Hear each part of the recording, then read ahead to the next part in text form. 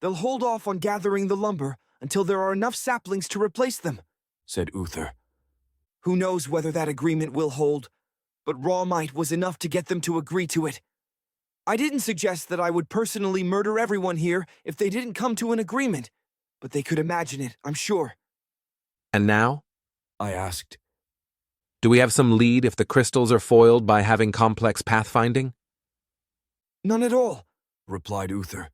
The Conguine are likely to be more friendly to us. They have a city not too far from here that we could visit if we find ourselves taking too long of a path. Neither side so much as acknowledged that there was an exit. When I mentioned it, it seemed to be a bit of a faux pas. It's very possible that the crystals will guide us through there anyhow. The Conguine control much of this area, particularly the surrounding choke points. And which are the Conguine? I asked. The motley crew or the Redskins? Okay, now that I say it, Redskins is probably not appropriate. It's what their name translates to, shrugged Uther. And their skin is quite literally red. But no, the Conguine are the other ones. From what I can tell, they're hippies. Conguine as opposed to sanguine? I asked. Meaning, with blood? It's my own translation, replied Uther. And it would be con, as in together. One blood might have been better, though less literal. And they're concerned primarily with keeping the maze as a living ecosystem? I asked. From what they say, yes, replied Uther. I don't care one way or another. The long stairs are even less real than Airbiz. There's some permanence with regards to the landings, but not all that much. Whether this place lives or dies is immaterial. Let's keep going then, I replied. I didn't like that kind of talk, not just because of what he was saying about Herb, but because I cared whether the ecosystem inside the maze continued. How could you not be fascinated by whole civilizations living inside a maze, with no building wider than 20 feet, with farms built in strips, and all kinds of other things? How are you doing? I asked Bethel as we walked. I've been thinking, she replied. I wasn't sure how to respond to that, whether it was an invitation for me to ask for more information or not. I stayed silent, allowing her time to think. I really should have handed her off to someone else, because there was no reason she should have been my responsibility, but some perverse part of me really did think of her as needing protection from Uther. None of us could possibly beat him in a fight, but I was the closest, and I thought maybe he would listen to me more than the others. I want to come with you, she said. The others are going to be left behind as we ascend. I will lose function. I can tell that my mind is already shutting down, piece by piece. While I'm still able to make plans, I want to let you know that I want to go all the way. When I'm only an Entad, use me to help you stay alive and to see Uther to his destination. Okay, I replied. I asked Bethel as we walked. She replied. I wasn't sure how to respond to that, whether it was an invitation for me to ask for more information or not. I stayed quiet, allowing her time to think. I really should have handed her off to someone else, because there was no reason she should have been my responsibility, but some perverse part of me really did think of her as needing protection from Uther. None of us could possibly beat him in a fight, but I came the closest, and I thought maybe he would listen to me more than the others. She said. I replied. I waited for more, but there was nothing. I took the toad down from his perch on my shoulder and looked at him, first making sure that all his flowers and leaves and moss and things were still there, and then into his eyes. How about you? I asked. Are you coming to the top, if that's where we're going? Can you? The toad blinked at me, then hopped back up onto my shoulder, seeming annoyed that he'd been moved. I was pretty sure that he was capable of turning into a human if he wanted to, just like the other locust, but he felt no particular need to. I was less sure that he was capable of speech, or even understanding speech, but there was no way to get a real answer. When that was finished, Amaryllis came to stand beside me. I have a confession, She said as we walked. There was a lot of walking in this landing.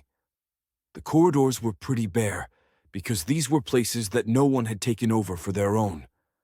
The tree farm, it seemed, had been placed where it was in order to be out of the way. I don't really understand the appeal of this place. I wouldn't want to live here, I said. but I'd guess you're talking about some other kind of appeal? You created it because you found it compelling. Said Amaryllis. What's compelling about it? What is there for people to like about it? I can field this one. Said Fen. Can you? I asked. Oh, sure. Replied Fen. You see, back in 2016, there was a factory game called Factorio. And in Factorio, there were a variety of world settings. And one of these settings was for world height. And you could set it very low if you wanted.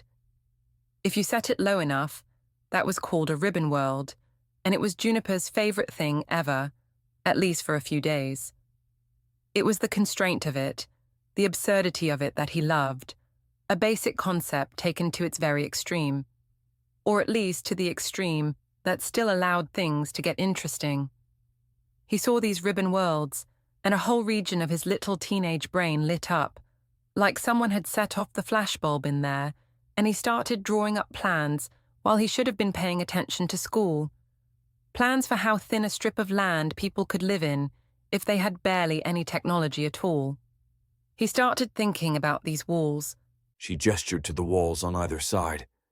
And he thought to himself, how close could those walls be if you could never be in a place that had any wider? And apparently, the number he pulled from a hat was 20 feet, enough that you could make an easy barricade, enough so that you'd have a hard time not noticing someone if they passed by you. Enough so that, I don't know, you could conceivably not die if you had soil and seeds and water and light. She turned to me. That was my best Juniper impression, by the way. It was very manic, I said. The timeline wouldn't have worked. Said Arthur. Juniper's brief obsession with ribbon worlds came later. This was here from much earlier on. Fen is right, though. I said. The second time we did long stairs, the enormous maze was influenced by ribbon world stuff. When I'd made the connection, I had a brief hour of happiness, the kind I would desperately try and inevitably fail to recapture from the midst of a haze of depression and hatred. The original was much more focused on ant farms and terrariums, but for people, and as a maze rather than a straight line. But it always was about putting as many possible constraints in as I could while keeping it interesting, pushing things until the point where they would almost break, then pushing them just beyond that so I could see the break happen. Uther stopped in his tracks. That was it, he said. That was the part that I was missing. Okay? I asked. He turned to me. I had always thought that it was you, somehow, said Uther. They were your worlds, after all, mashed together, refined and remixed. I thought that it was you, pulling the strings, for whatever reason. But if that was the case, the thing I couldn't understand was why you would have kept on going, especially after the confrontation with Vervin. Why make a narrative that never ends? Why allow it to go on to the point of absurdity, straining the very boundaries of convention? It was your particular imp of the perverse, that's why. I don't know how I never saw it, because when I think of it, it's the answer to so many questions I had when I looked at the world. Why? The answer, most of the time, must have been because you wanted to push things into uncomfortable places, just to see what would happen. I looked at him. He looked like he was about 5 seconds away from cutting my head off. There was a full, boiling, barely contained rage in him, all directed against me. It's not me, I said, feeling helpless. I mean, it's not, I would never do that. Not for real. All the game stuff, it was just a game. It wasn't real, and I'm just as horrified as you at all of it. No, said Uther. His voice was quiet. No, you don't feel the same depth of horror. There's a part of you that delights in all this, seeing your creations come to life, a world that matches your aesthetic completely. Fine, I said, feeling defeated. that's true. Maybe for me that takes the edge off the horror of being here, of seeing fucked up things come to life. Maybe it takes my mind off 1,000,000,000 people being tortured forever, or the horribly unjust societies, or the forms of torture, devastation, and cruelty that aren't even possible on Earth. Fuck. I'm going to take comfort and joy where I can, even if it's this. It's narcissism, said Uther. I gave a helpless shrug. I don't know what you want me to say. Maybe I would feel the same way about Erb after being there for a few decades. But yeah, the whole world was more or less made with my sensibilities, and I like it. Erb appeals to me. And the idea of a man endlessly trapped in a narrative, unable to escape? He asked. Does that appeal to you too? I wanted to say no, but I didn't want to lie. It does, I said. It's compelling. I'd never do it to someone, but it's a story I'd read, a movie I'd watch, something like that. Sure. For a second I thought he was going to go for his sword. I'd have understood if he did. His life hadn't been a living hell, and I didn't think he'd have said it was. But he was tired of it all, stressed out and broken, and he wanted to go home, or at least to have it all end. To know that some small part of me took some interest in taking absurd things to their logical conclusions. It might have pissed me off too. He didn't go for his sword, though. Instead, he just turned and walked. We followed him, as we'd been doing. He's not going back, said Raven. He's not returning to Erb. We don't need him to, said Amaryllis. We only need the narrative to guide us to whatever will allow Juniper to ascend to godhood. We need to get to the end of things. You still believe in all that shit? Asked Fen. Even after seeing the man himself? Amaryllis nodded. I think I might be the next one out, said Fen. I feel like I need to stay, though. Uther looked like he was ready to kill someone, and I'm the only one of us strong enough to beat him. You wouldn't be able to beat him, said Raven. I stayed quiet. My eyes were on the back of Uther's head, and I was thinking about what he'd said, and what the dungeon master had said. Kindred spirits. I'd have never done any of this to Arthur, but if I were playing with paper dolls, or writing some bit of world building, or something like that, I definitely might have come up with it. Not for real, no, but if my conception of what I was doing was that it didn't actually matter. Maybe. And if that was true for me, then maybe it was true for the dungeon master. I didn't know if that meant anything. It certainly didn't shake my confidence in the nature of reality, not that I was particularly attached to any given theory about how the world really is. Let's just go, I said. See this thing through. I looked at Raven. You're not going to be able to make it to the top. I have to try, said Raven. Even if there's no convincing him to stay, I have to try to follow. I can take Bethel with me if I stay here. Said Fen. Also the toad if you want. Bethel wants to go to the top. I said.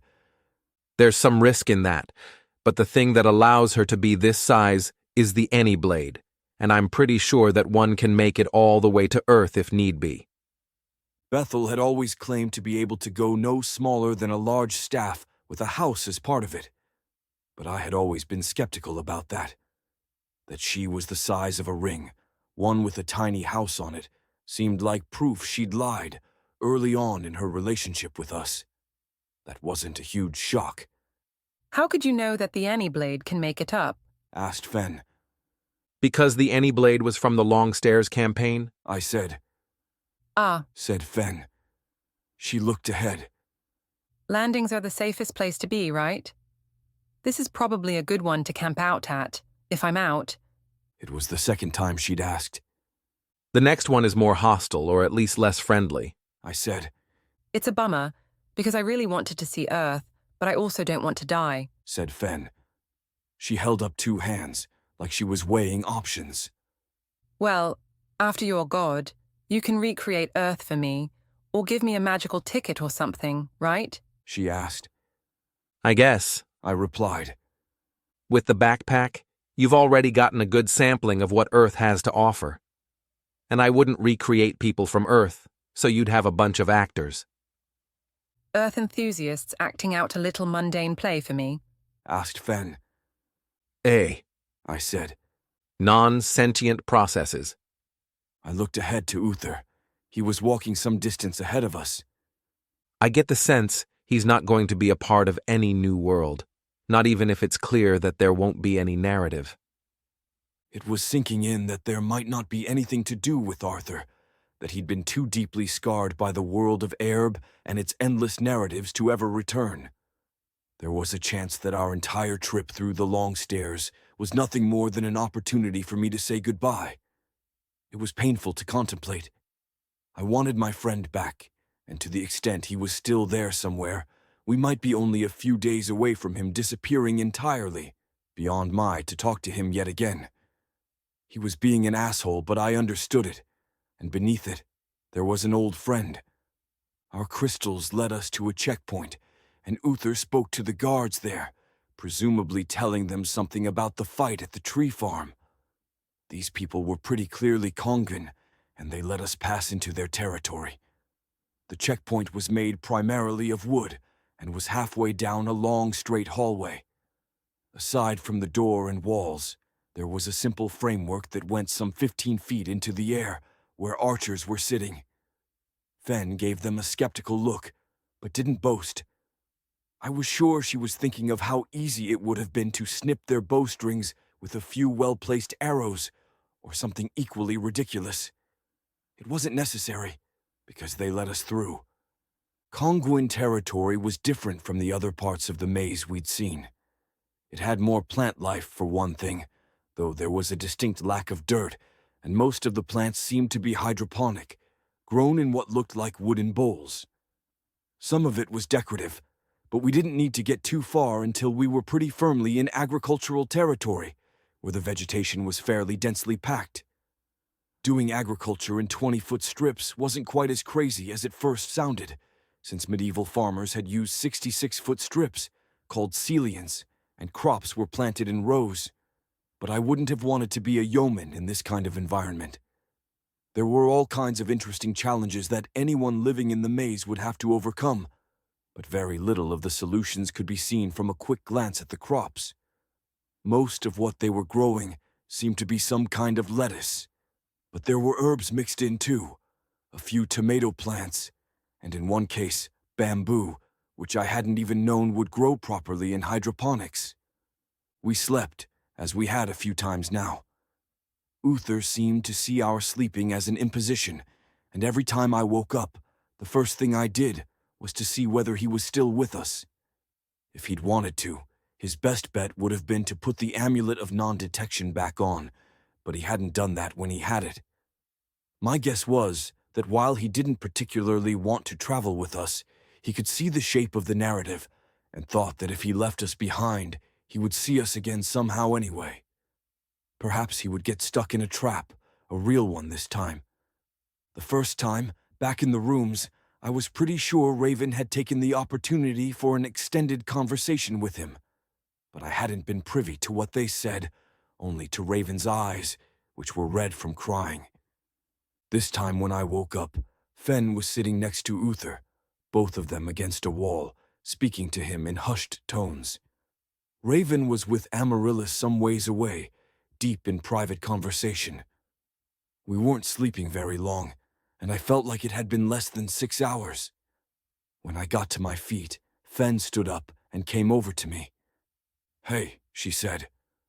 "How's Uther?" I asked. Do you mind if I fuck him? She asked. I stared at her.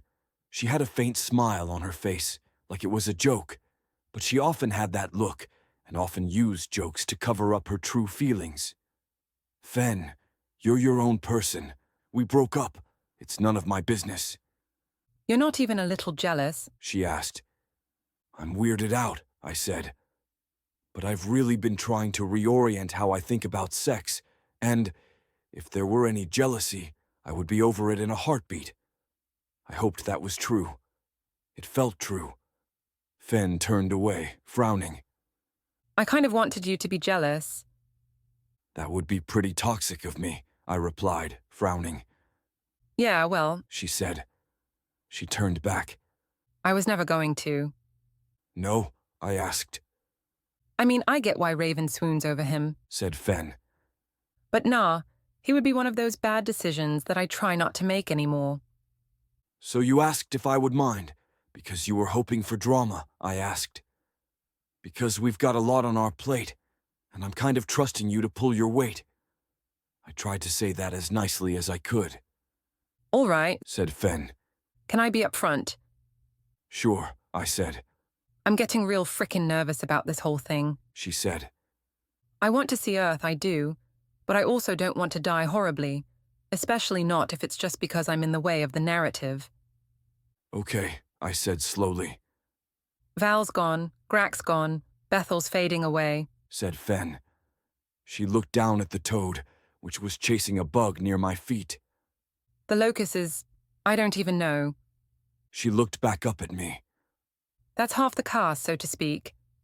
And seeing Uther, hearing him, I'm convinced that I'm not in this for the long haul, whether I like that or not. I'm not sure what this has to do with you fucking him, to be honest, I said. I was never going to do that. Said Fen. I mean, part of me wants to see whether he's worth the fuss, but another part of me, this is pathetic, I have to warn you. Consider me duly warned, I said, nodding. I wanted you to put yourself between us and shout, "No, that's my Fen, and I still care about her," said Fen. She gave me a nervous look. I hesitated. Ah, Shit, that's a heartbreaking response to that. said Fen. I mean, I know you're married and everything, but I wanted something, I don't know, emotion to still be there. I mean, I said, there is. But it's so grossly, indecently immature for me to treat you like you're my property. It was immature of her to want it too, but I kept that thought to myself. It's just what I wanted, Said Fen, giving a helpless shrug. Well, look, I said, squaring my shoulders. I care about you deeply. I'm incredibly happy to have you back, but if you sleep with Uther, I'll kill him, then you, then myself. I kept my expression as serious as I could. Way too far, Said Fen. She gave me a smile. but I appreciate the effort. What were the two of you talking about? I asked. Flesh.txt. Said Fen with a grin. Sorry. When we got on our way, I thought about what Uther had said the day before. He was right, of course. I did love Herb, even if you included the long stairs. That was part of why I never wanted to return to Earth.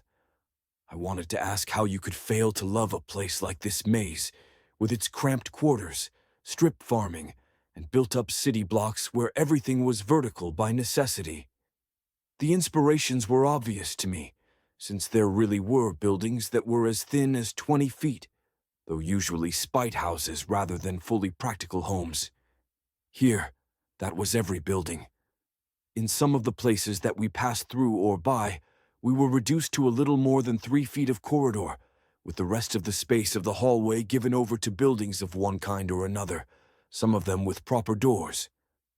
The materials limitations meant that the walls were pretty thin, sometimes nothing more than paper, and my guess was that the better living arrangements were up high, accessed by periodic steep staircases or ladders. Better to live where people didn't need to walk right by your doorway to get to where they needed to go. The best places to live were, naturally, dead ends in the maze, but the best place to put a city was at a central junction, so there were some trade-offs.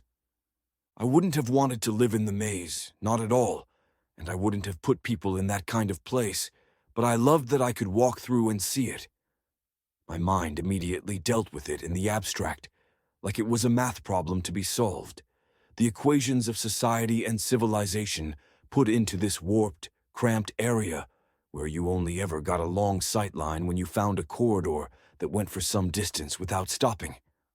The lights never shut off, which was fine for the plants, but not so great for people, and in the places there were structures, there were light shafts that could either deliver light inside or be closed off if someone wanted darkness. There were also some problems with food, which ultimately seemed like they stemmed from a lack of dirt, which in turn came from the fact that when the maze had first begun, It had been barren and sterile. Then people had come, and people had died, and their bodies had decomposed and shriveled up, releasing their bodily materials and moisture into the maze, which eventually accumulated enough that people could start living in the long term. As we moved through Konguin territory, we got to see some of the processes they used. They had a tool that was something like a squeegee, 20 feet long and pushed by a team of 2, who went down an empty corridor. They were gathering up trace stuff that had fallen on the floor, which would then be put into a compost pile and turned into soil.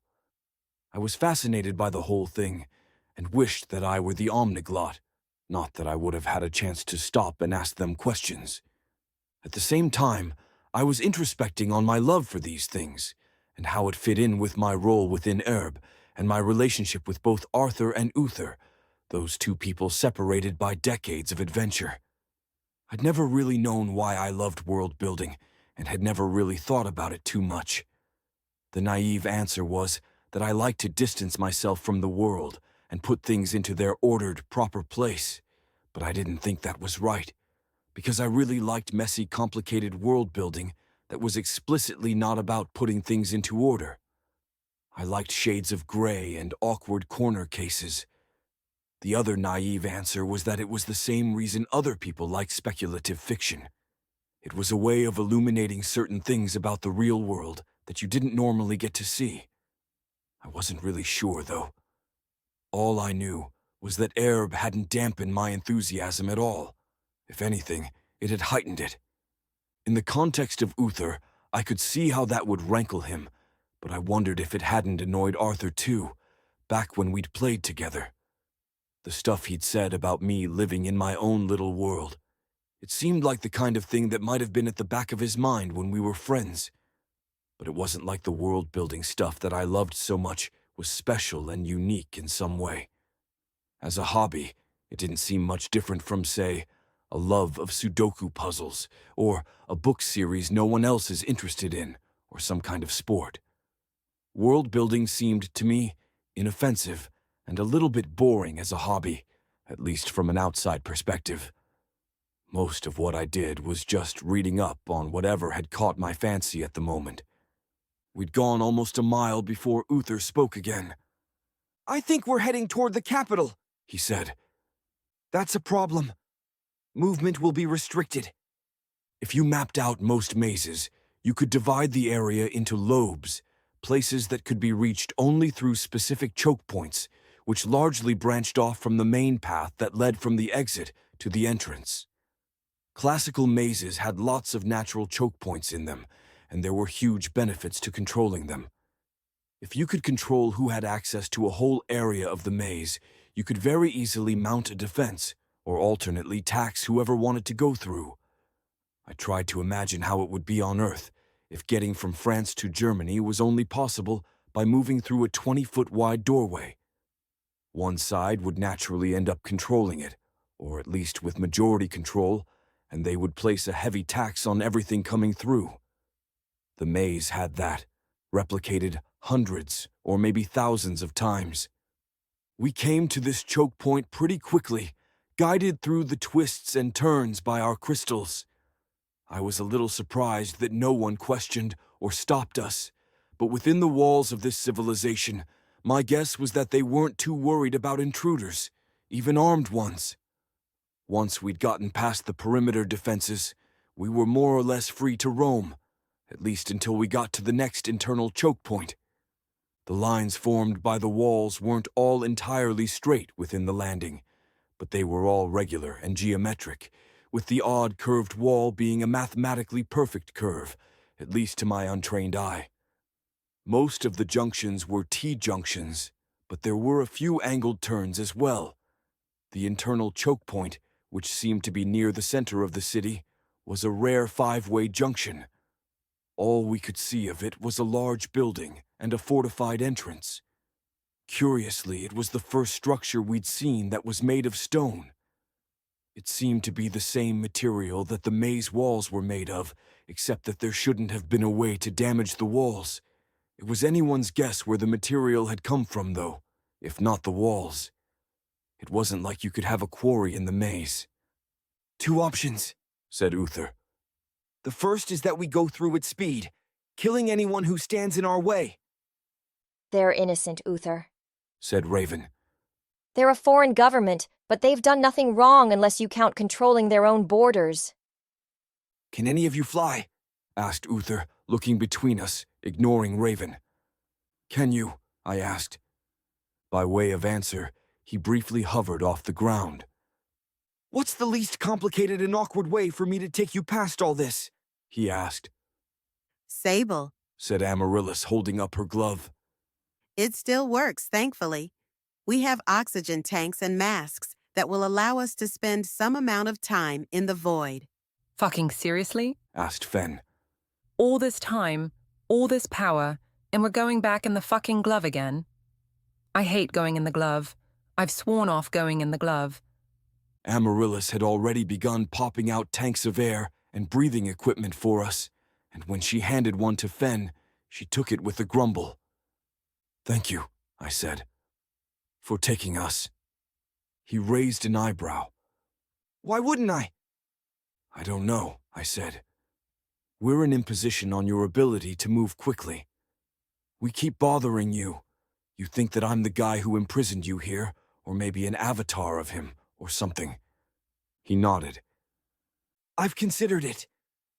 But I can see that the narrative is in full effect, and having you all with me is a part of what will allow my escape, to make this a narrative of my removal from Erb. If I shook you off, you would find me again, as improbable as it might be. You'll be with me until you've served your narrative purpose, whatever that might be, and then you will drop off.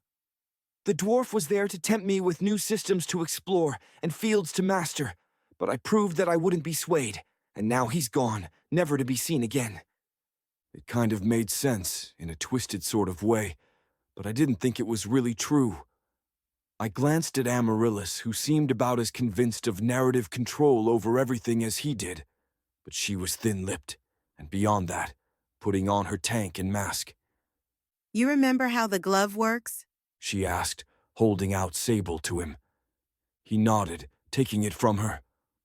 "It was a trifle when I had it. It's no doubt grown enormously in power.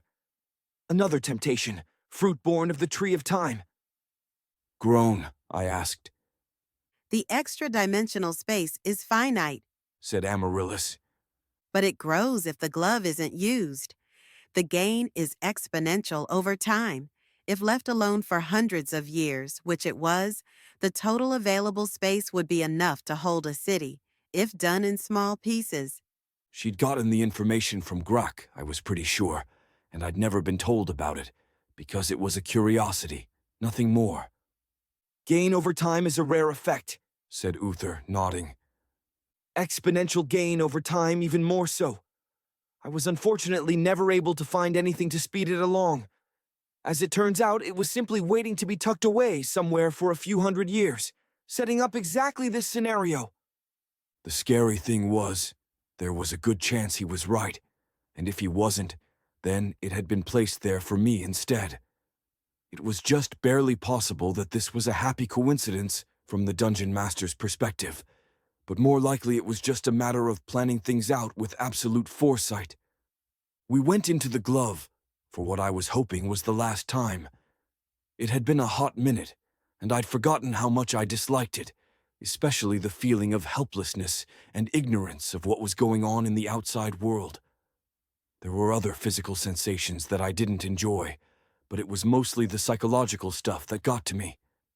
That it was Uther on the other end, with our lives in his hand, made the whole thing more nerve-wracking. I didn't think he was insane, per se, but he was operating under a model of the world that could give wild results to inputs. Either way, we popped back out of the glove after another 5 minutes.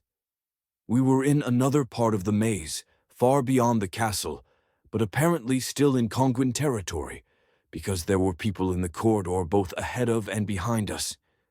Some of them were giving us looks, perhaps because of the raw magic on display, whether that was Uther flying through the air or us suddenly materializing. "They didn't appreciate that," said Uther. "But I think I made it clear that there was nothing to be gained from following me, and that they were clearly outclassed when it came to combat. Once he'd looked to see that we were all fine, he resumed walking. How much more of this to go? Asked Fen. I'm not taking a liking to this maze. Could be as much as a week, I said. 2 or 3 more civilizations. Guessed Amaryllis.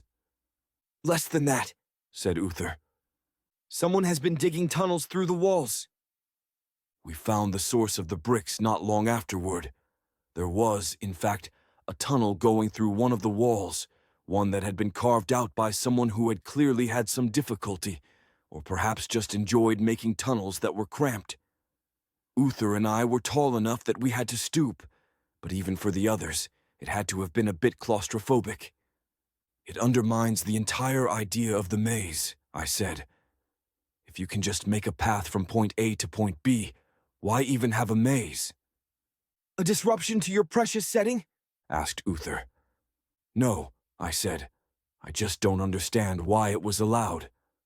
There are all kinds of things prohibited in one way or another on Erb, most notably through exclusion, but also a few other ways. Why include something that would subvert the central conceit? You'd have allowed it, said Uther, so long as it was a player who did it. That gave me pause. I mean, I said, trying to think that through. You always did, said Uther. You loved breaking the rules almost as much as Reimer did, just in a different way. You liked to set up your wooden blocks and then watch as they got knocked into disarray. Blowing up the world, you called it. I very specifically remember that conversation. Yeah, I said. I think I do too. I frowned. That still doesn't explain this, I continued, gesturing to the holes running through the walls. I mean, it's fine if the players blow up the world, but if the players come to a world that's already been blown up, that feels like a missed opportunity in a way that I'm not sure I've seen much of on Erb. Or, I guess you blew up the world, or some local portions of it, and I've been spending the last half a year wandering through the proverbial wreckage. And it appeals to you to do that, said Uther. He nodded at another of the holes in the wall, which was our destination. The entire world appeals to your interest. I guess, I said. You have to know that I wouldn't have done this to you. Perhaps, he said. He ducked down to go through the tunnel.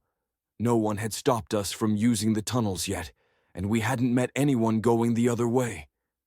Because of the variable space between corridors, some of the walls were hundreds of feet thick, and others were only a handbreadth. I wondered how they'd decided where to put the tunnels, but my guess was that they'd mapped things out and made strategic decisions.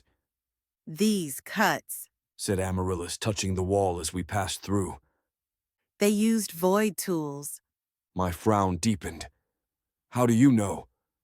Cut depth is low. Said Amaryllis, pulling her fingers back from the wall. It's also one of the only things that would get you through something inviolable. The closer I looked at the marks on the wall, the more I thought she was right, though it was never much of a surprise when Amaryllis was right. How? I asked. And why?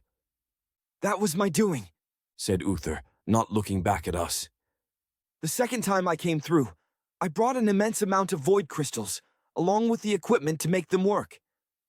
They need an electrical charge, I said. Leyden jars, replied Uther. I had been hoping that if I ever returned, they would have punched a few holes for me. It seems that was a case of good planning. When did you learn about void crystals? Asked Raven. Their discovery postdates you leaving Erb. I suppose it's no surprise that you would be keeping secrets, though. It was not long after the Wandering Blight, said Uther, ignoring the bitterness in her voice. There was a rogue group who had harnessed my early experiments with electricity to excite the crystals, though of course it would also have been possible for a Vitric or other means. You were asleep for it, if I recall, and we didn't want the power spreading any, given the difficulty in defending against it, and its utility as a surprise weapon. It's causing problems on Erb, replied Raven. Introducing it here, where it's been used for 500 years, likely exacerbated that problem immensely. No, Said Amaryllis. You're not doing the math properly. Anything going on here is dwarfed in comparison to true industrial uses. In the heyday of void tool usage, whole tons of material were being removed every day. A civilization here using hand-powered void tools would be a drop in the bucket. But we should stop them, right? asked Fen. I mean, void stuff is mostly shut down on Erb. None of it matters. Said Amaryllis. This will all be over before any of that would be relevant. With this section of the maze having a significant number of shortcuts, we were making much faster progress, with no need to double back. No one was trying to stop us, either because we were in places where they assumed we were supposed to be, or because we were clearly heavily armed. It was still another day's worth of travel to get to the exit, but that was a far better time than we'd expected to make. There was, naturally, a part of me that felt like we'd given the maze short shrift. There was so much we hadn't seen, and I was sure that we had missed out on a civilization or two that had their own take on organizing society within the confines of the maze. There was so much more to look at, like what was causing a slight breeze through the maze, something I hadn't designed in, or how they dealt with water, which should have been pretty hard given there were no rivers or lakes. Obviously, figuring that stuff wasn't high on the list of priorities, and arguably wasn't on the list of priorities at all, but leaving it all behind left me with a bad taste in my mouth. I wondered what that said about me, and whether Uther was right. Long memory. Chapter 243. Long memory. We were back in the rooms, taking them one at a time, and following through the RDP as much as we were able to. During the time we'd been in the landing, both books had gone through unrecoverable rot and consisted of the same word over and over. The copies had likewise rotted, and I counted myself lucky that the same wasn't true for our heads. Almost every book we had in Sable was unusable, which meant that it had got its hooks in pretty deep, and Amaryllis spent nearly 20 minutes rapidly dumping an immense quantity of books into a room that had a horse-sized duck in a cage in the middle of it. We stood well clear of the duck and hoped that it would enjoy literally thousands of books, which mostly contained the same word repeated over and over. Raven's book Entad was toast as well, and she took quite a while to clear it, hoping that would fix the issue and allow new books to be added. Time and resources wasted, said Amaryllis once it was all done. She sighed. Better to have it and not need it, I said. Yes? She asked, raising an eyebrow. And? I looked at her. I said. Uther chuckled. The full expression is, better to have it and not need it than to need it and not have it. It was a favorite of my dad's. Sorry. You should have claimed it, said Uther. That's what I always did, as I'm sure you figured out. I can only be thankful that before I came to Erb, I studied the greats and learned more than my fair share of quotes. There were times I wondered whether I was meant to come to Erb, or a place like it. I credit our games for a lot of things I had learned. The earlier animosity seemed to have left him, but that was putting me on edge, because we hadn't actually resolved anything, and from where I was sitting, probably couldn't ever resolve it. Growing up, there had been a lot of fights like that between my mom and dad, arguments that couldn't ever be finished, so the only resolution they'd get is the catharsis of yelling at each other, which obviously sucked and wasn't a long-term solution. Raven got sick not too long after. I'd worried that she was just going to die, or possibly explode, but instead she passed through another door of the long stairs and doubled over in pain, clutching her chest and stomach. Well, that's it for you, said Fen with a sigh. Come on, I'll guide you back to the maze landing and we'll wait it out. The way she said it, it was like she'd been waiting for some excuse to fuck off and not be with us anymore. After everything she'd said, I was surprised that she'd kept going after we were done with the labyrinth landing. No.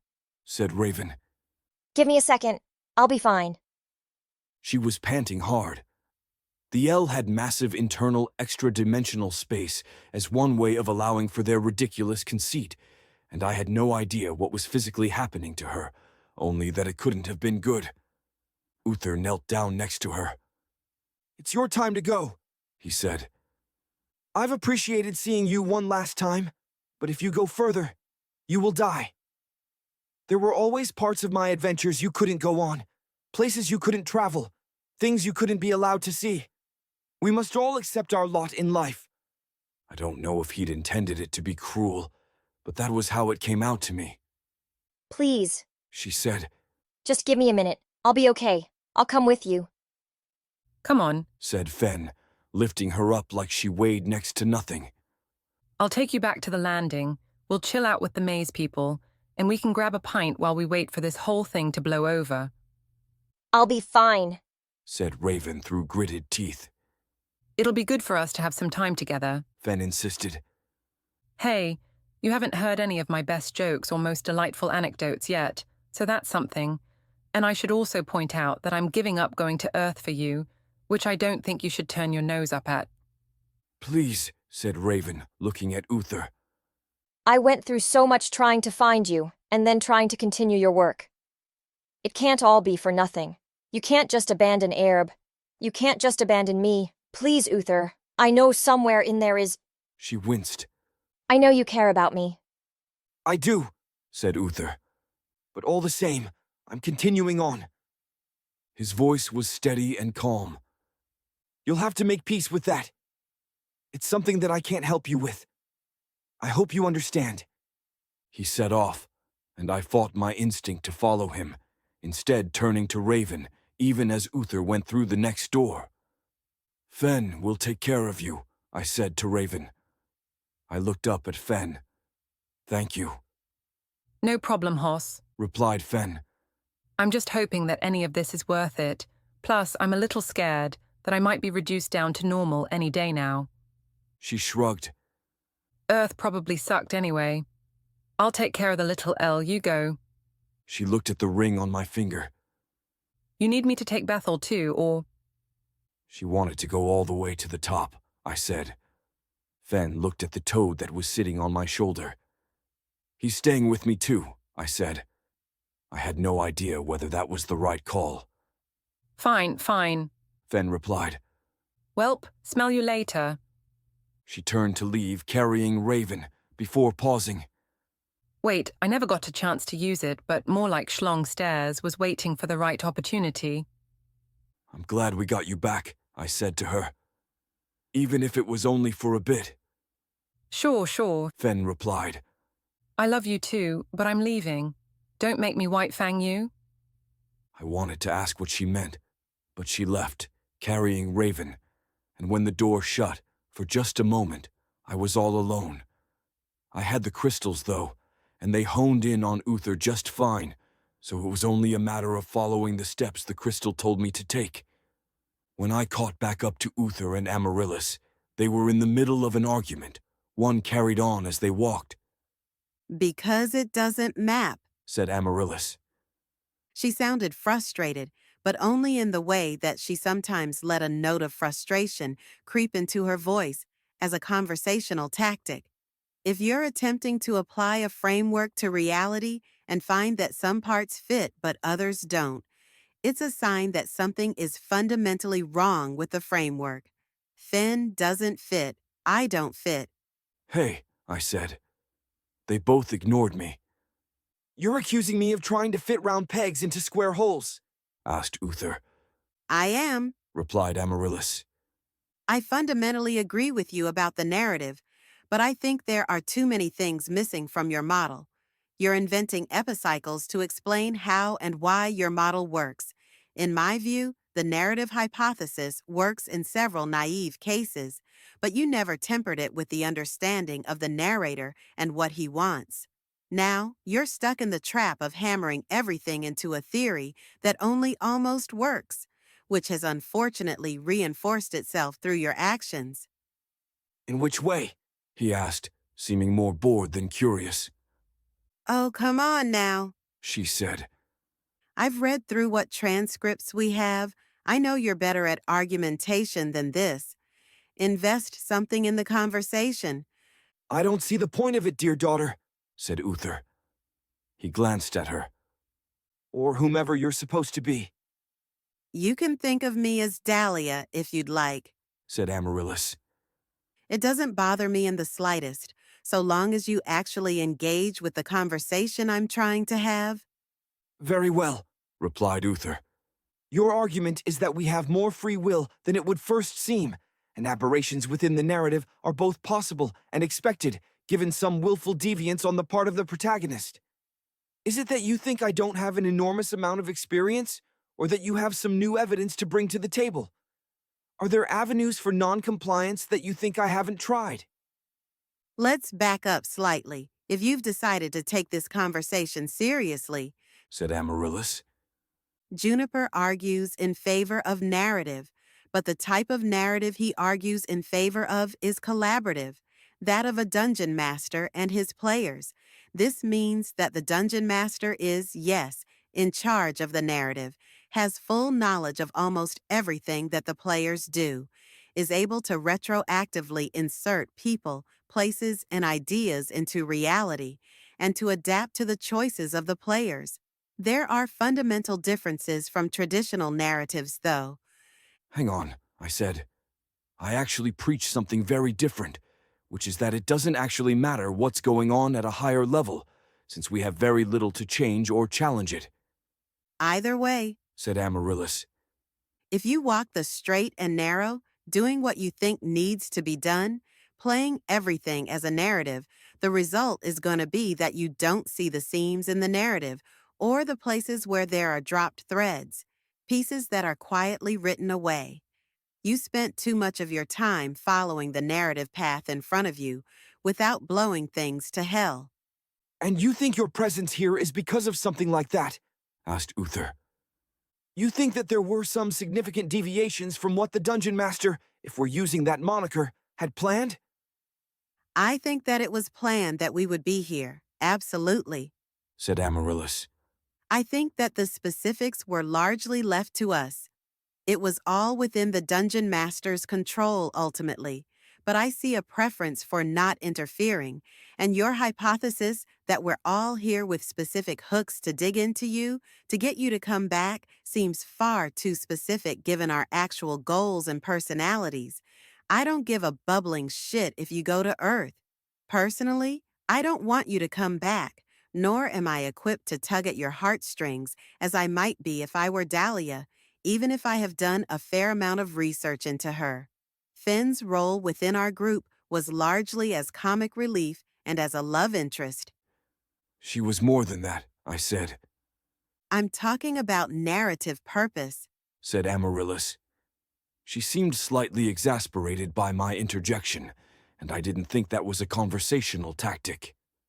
Her role was also to die and provide grief for Juniper to work through. She allowed him to grapple with loss in a similar way to how he grappled with the loss of you. Finn being here, fundamentally, wasn't about you. It was about Juniper, which is why she doesn't fit. And still, you're trying to hammer her into your narrative. But you're admitting that you think the others do fit, said Uther. Raven, Grakhuil, even Bethel. He didn't mention the toad, which I was a little put out by. It seemed like bad manners, I don't know. said Amaryllis. It's incredibly difficult to say, because we don't know where the camera, so to speak, is pointing. Camera? Asked Uther. Such a strange term to hear. The hardest thing about Juniper suddenly appearing is hearing all of these ideas and terminology from Earth, It's a term from Arab as well. said Amaryllis. We have movies and television, though more the latter than the former. I run the television network and star in a few of them. Ah, well, said Uther. He seemed like he wanted to ask more, and I wondered whether Amaryllis had been trying to bait him. And in the end, you think that it will just be me and Juniper? Yes, Said Amaryllis. but all the same, I'll hang on for as long as I can, and either I'll die or be blown into the winds. I don't think I can stop myself from thinking of you as Dahlia, said Uther. "Even if I have no intention of following that thread, it's good to see her face. You share much of her same fierceness." "You left your kids," I said. "They were all adults," Uther replied. "No, the only note of regret is that my grandchildren are all long dead." He looked at me. "How many good years did my wife have left?" 4. said Amaryllis, which I was thankful for, because I hadn't paid as much attention to the exact dates. "More than we expected," said Uther with a nod. For a moment, I saw real regret from him. "But of course, I knew when I went forward in time that I would be leaving them behind, just as I would be if I made it down the long stairs." He paused in the middle of the room we were in. "We need to eat some of this?" I looked at the food on the table. Everything there was completely desiccated, and the room was incredibly dry. Laying on the ground was another member of some lost fire team, and he was dried out too, a complete husk of a person. "It's RDP," I said. "So yes, we need to eat a little bit. It's never actually poisonous, or wasn't in the games I ran. Except one time, I guess, when it killed the party. Also, Bethel identified some poison in an earlier buffet room. I glanced at Uther. The kill everyone stuff was after your time," What happened here? asked Amaryllis, looking down at the body on the floor. She stooped to get a better look at it. The room should have been frozen in time when he died, so that we would come across a fresh corpse, right? "It doesn't matter," said Uther, picking up a leathery piece of pear and eating it. It might. Said Amaryllis, standing up. You're running out of magic. We'll need to be more careful going forward. "He might still be alive," I said, looking at the corpse. "Or he was able to live long enough for this place to dry out." I looked around. It's not really clear to me where the moisture would have gone through. Lived long enough? Asked Amaryllis. "Monkey's paw immortality," I said. "It's one of the things on offer in the long stairs, if you're willing to search for it. Immortality without health, basically. The high-end stuff is pretty high-end," Ah, said Amaryllis, looking at the corpse. so you think that maybe he made it to this room, then lay face down and just continually died until the magic gave out? "He might still be alive, actually," I said. "Or alive in some technical sense, capable of thinking but not movement, speech, or sensation. Just trapped in his own head for 500 years. Uther stepped forward and stomped on the skull with enough force to send bits of bone flying. "Well, hopefully that will kill him," he said. There was a solemnity to his voice that was incongruent with the sounds of crunched bone that still seemed to echo in the room. He looked over at me. "Always thinking up some new torture, aren't you?" "Yes," I said, "but that's not a particularly new one. I'm more wondering why everything is so dry here. There should have been a lot of water in both the food and the guy." "Magic of some kind," said Uther. "We should be going, if we've done our due diligence." I picked up what looked like a dried plum and ate it without comment. The requirement to partake of food, even just a little bit, probably did get people killed every once in a while. Amaryllis took something unidentifiable that seemed crunchy, which was probably a better idea. The plum was too leathery. I fed the toad a tiny bit of apricot. The long stairs were full of mysteries, even for me. When I'd been designing the place, I'd wanted it to have a feeling like there was always another thing to look out for, another RDP or LSP, or another of the acronyms that we mostly stopped using after the first few sessions. Since I hadn't actually prepared a full list, the real long stairs had a lot of things that I had no clue about, and even the books we'd found, not that I'd had the time to read all of them, didn't give full, clear descriptions of things. We went through a room with reversed gravity and had to crawl our way along the ceiling. We went through a room filled with nitrogen gas rather than normal air, and nearly died before we noticed. We fought a pile of clothes that tried to smother us, Then right after that, a bear the size of a van that was immune to blades. We came across a dance troupe, whose performance we had to sit through as part of RDP, then passed by a man selling wares which were piled high on his back. We went through a jungle that only lasted 20 feet, and a desert that turned out to be made entirely of sand golems. We talked in fits and starts when we weren't discussing the matters at hand. "What do you miss most about Earth?" I asked Uther. "The internet," he replied. "Or perhaps the subset of the internet that allowed us to instantly access information. It took me a good decade to unlearn my understanding of knowledge as something that's constantly at my fingertips. Even if much of what was on the internet was wrong or biased, the wealth of information meant that it was easy to interrogate sources." You could have built the internet on Aerb. said Amaryllis. I have plans to, actually, if this doesn't pan out. Making computers will be a good first step. "And perhaps in another few decades, you'll have something like Earth has," said Uther. "That's not a roaring endorsement of Arb." You could skip your way through those years with the bobbler if you really wanted to. said Amaryllis.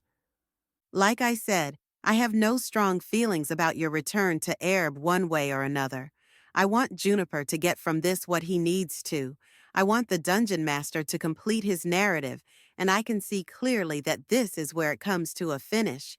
Whether that sees you on Earth or Aerb at the end of it, or even alive or dead, doesn't matter to me.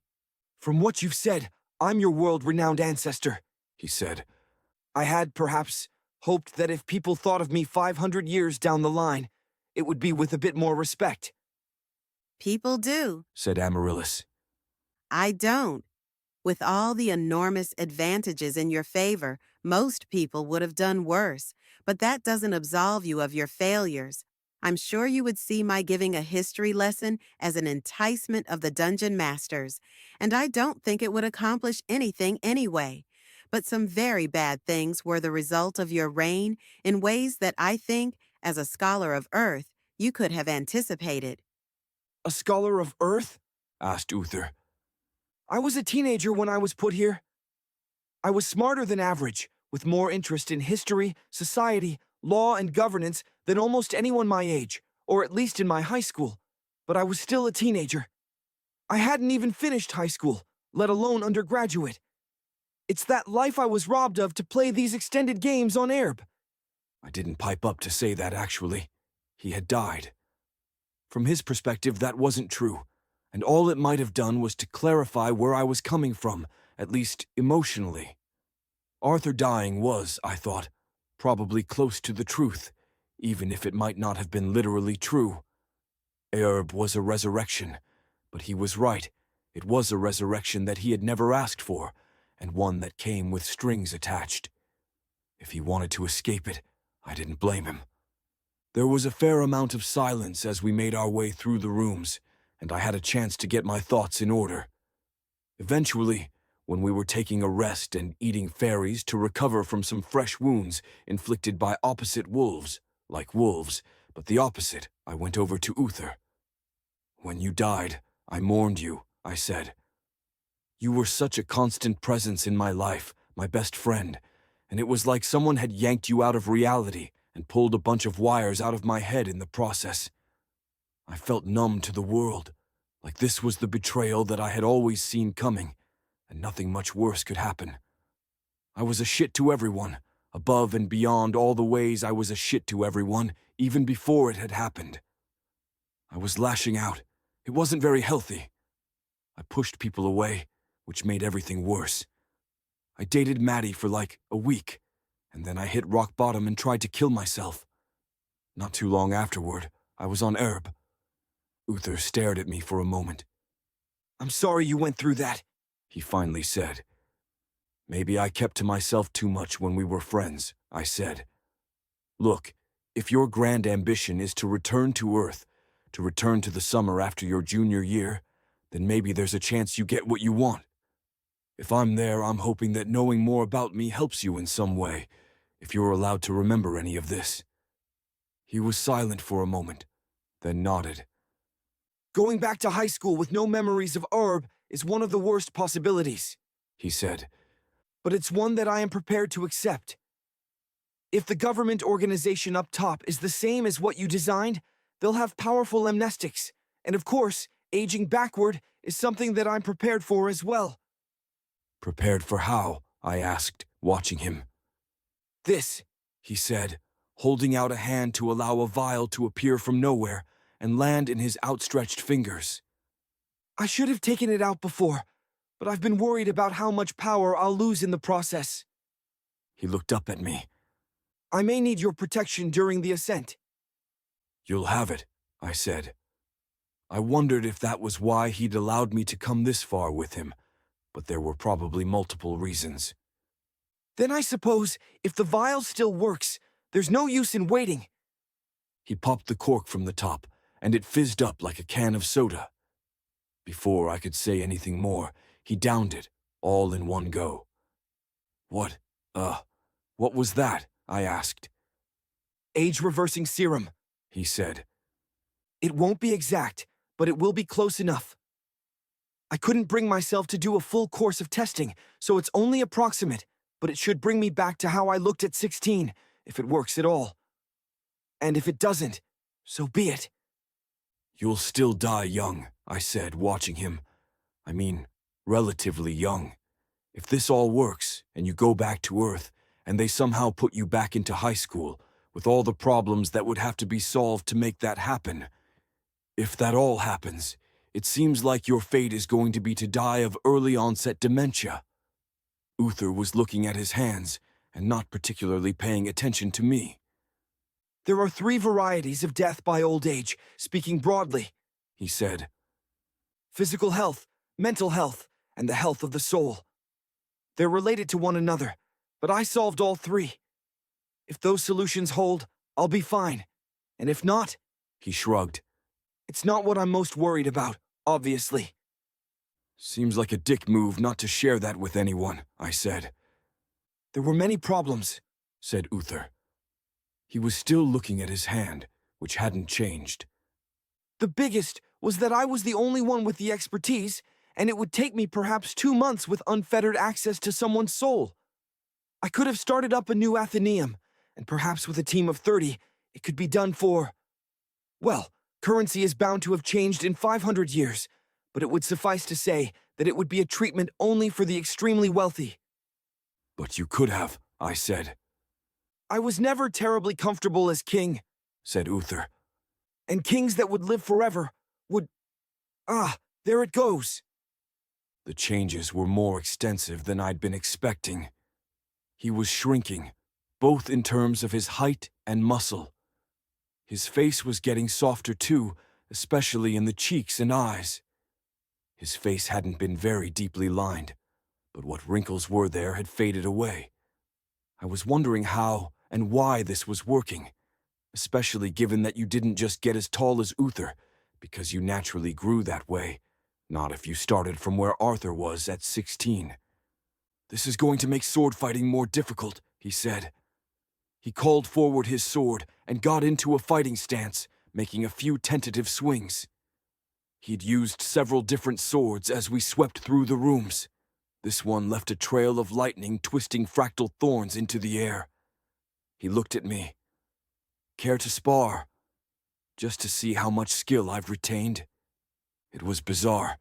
He didn't look like he had in high school, because he wasn't as pudgy as he'd been then, but it was close. It was like Arthur playing dress-up. That bad? He asked. Different, I said. Bad. Said Amaryllis, who had been sitting out the conversation. You look like... limp? Harsh words, but probably fair, said Arthur. Still, I wouldn't mind a test of my abilities. I hesitated for a moment, then drew my regular sword, leaving the Vorpal blade in its sheath. Okay, I said. What are the rules? I try to hit you, you try to parry, he replied. Or you try to hit me and I try to parry. If the blade goes in, we have healing to spare. All right, I said.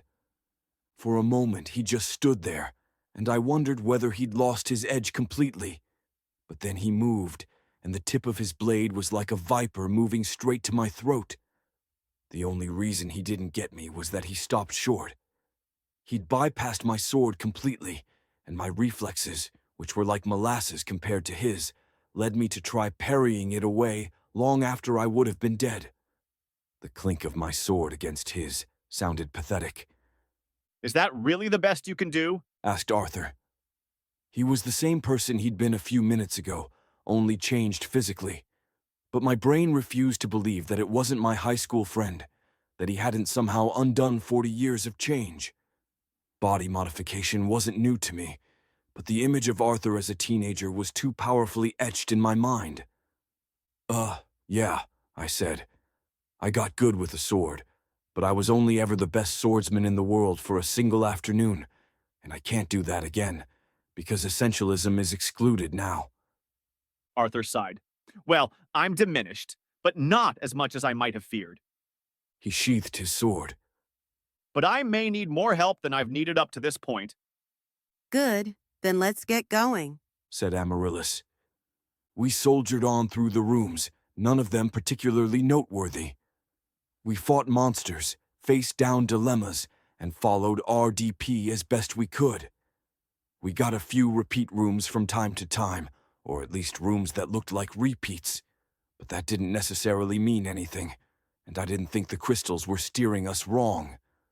The repeated rooms were part of the creepiness of the long stairs, especially if you got them when you were going in what you thought was the right direction.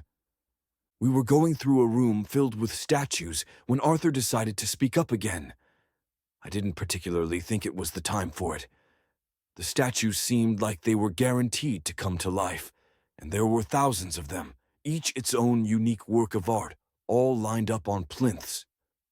Normally, if you had a bunch of statues like this, they'd be copies, churned out by either a factory or journeyman or molds or something, but I couldn't see any repeats among them.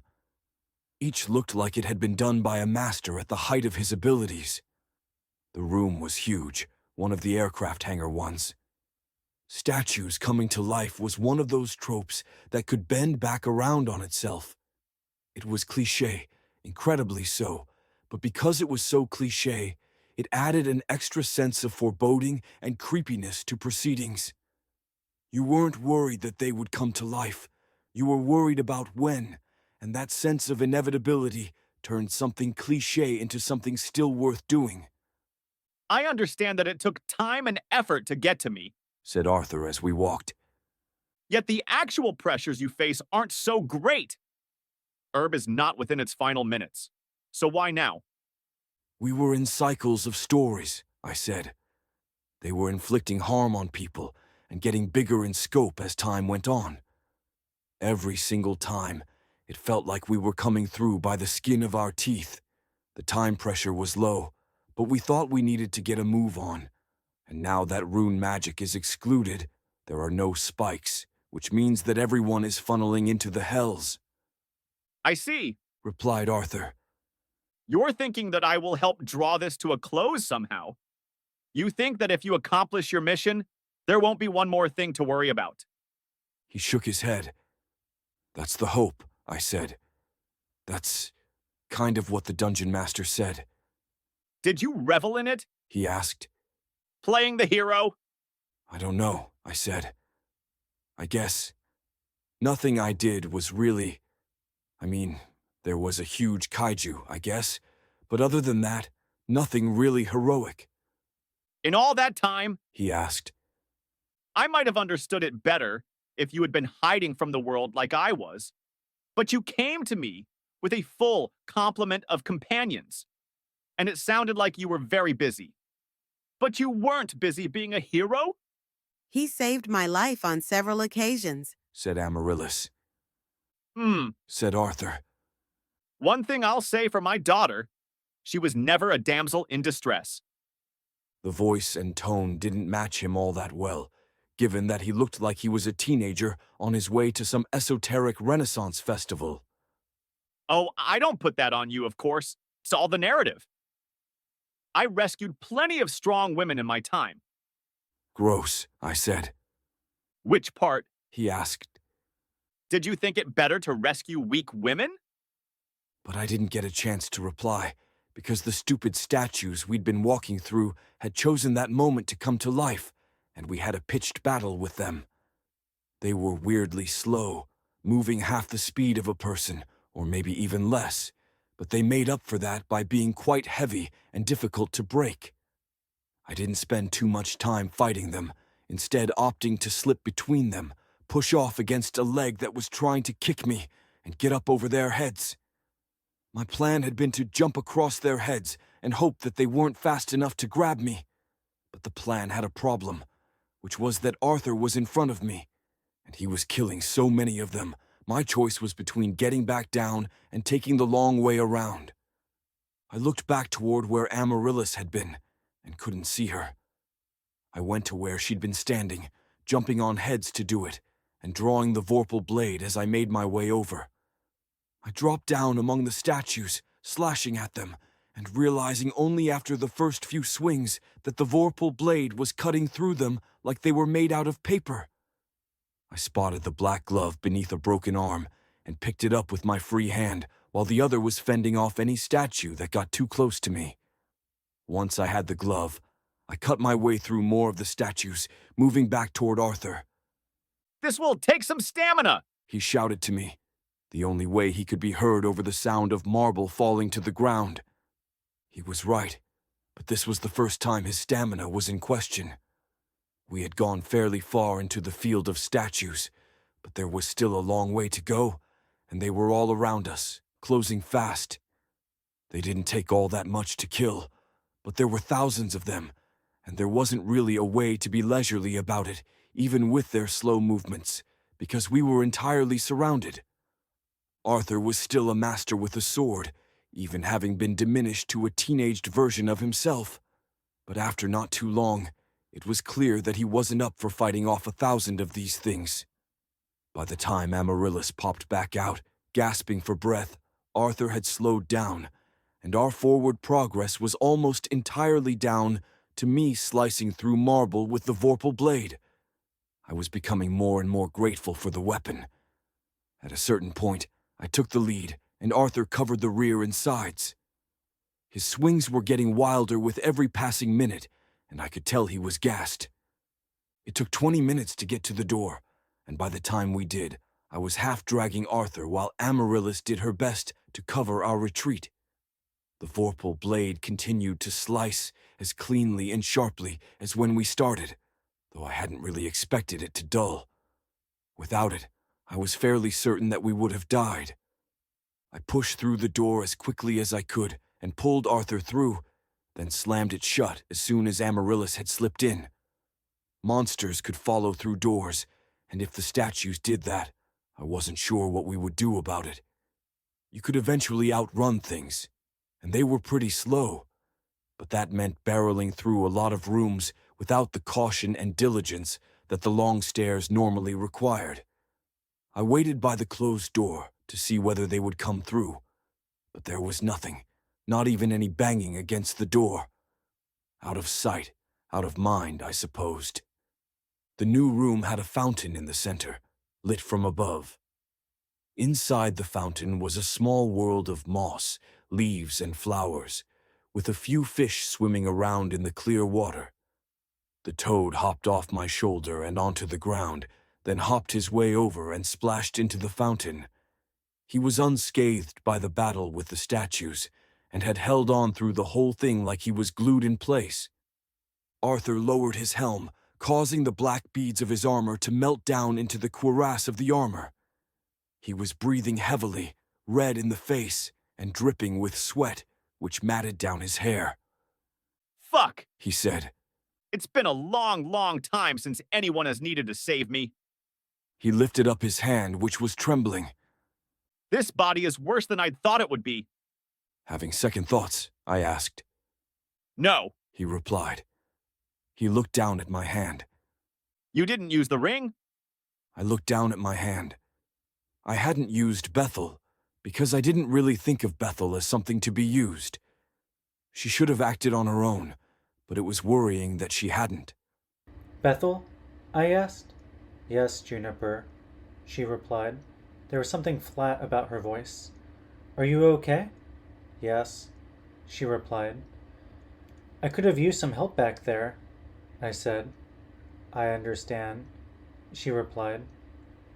Are you still capable of acting on your own volition? I asked. I don't understand the question, she replied. Shit, I said. She's lost a lot. Capable of speech, but cognition is iffy. I'll figure out what her abilities are, but I'm not sure she's so much of a person anymore. I didn't know how I was going to figure out her abilities, given that most of them had probably failed. Arthur rested his head against the wall and sat there, allowing his breathing to go back to normal. What were we talking about? He asked. Rescuing women, I said, No, replied Amaryllis. playing the hero. And you were saying you weren't a hero. Said Arthur, nodding weakly. I didn't get to play the hero all that much, I said. The narrative stuff that was put in front of us, there wasn't very much saving people from imminent and unambiguous threats. Some of it was people wanting to kill us, but a lot of it was harder to say one way or another. I could see where the enemy was coming from.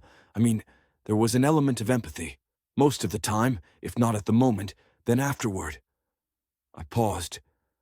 There was this guy I killed in a trial by combat, and it felt good, but then afterward, his niece came to me with tears in her eyes, and, from what Raven said, that wasn't normally the kind of fallout and forced introspection you needed to deal with.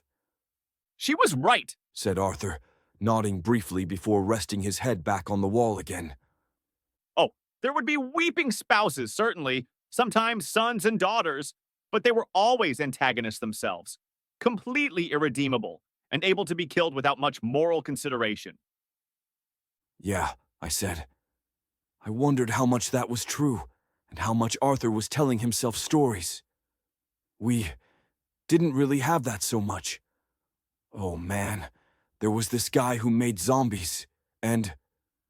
Don't say the Z word, said Arthur. I looked at him for a moment, but he just gave me a weak smile. The trope? Yeah, except they really don't like you saying the Z word on Arab, I said. Wait, did you never call them zombies? Or never run into any undead? Blue in the bottle post-dated Uther, but there were loads of things you could call necromancy on Arab. Oh, we came across perhaps 24 varieties, said Arthur. Some of them on the disjoint planes. I called them walkers, or shamblers, or the infected, until eventually I was running out of distinct names. He let out a breath, then placed his palms on the floor. All right, I think I have my breath back. Gather up your toad, and let's go. He didn't look like he'd gotten his breath back. Before that, do you mind if I talk to Amaryllis in private for a bit? No, not at all, he replied. He pulled a drink from extra-dimensional space and began chugging it, then got out 2 marzipan fairies he'd stored in his pocket. I took Amaryllis to the side and spoke to her in a low voice. How much longer do you think we can carry on? We almost died there, said Amaryllis. I went into the glove because one of them was squeezing hard enough I thought he would break my ankle. But this is the end game. There's a good chance that I'll die if I don't bow out. And we can't rule out that this ends with all of us dying. But you don't think it will? I asked. Because narrative... Because I think you're strong enough, Juniper, she replied. From a narrative perspective, I think your death would work. If you died, it would be a tragedy, a man unable to let go after the loss of his best friend. But I think you'll make it through. Ah, I said. I wasn't sure I liked that reading. I still kind of thought the narrative was useless. We still have 1 landing left, and it's going to get harder. I'm hoping we come across some army dudes that haven't been looted, because I don't know how much longer any of the good stuff is going to last. We're already hobbled. I want to push on, but I don't have any faith in narrative, and after that room, it's looking dicey. Everything is being stripped away, said Amaryllis. That's the nature of going up the long stairs, for us. I nodded.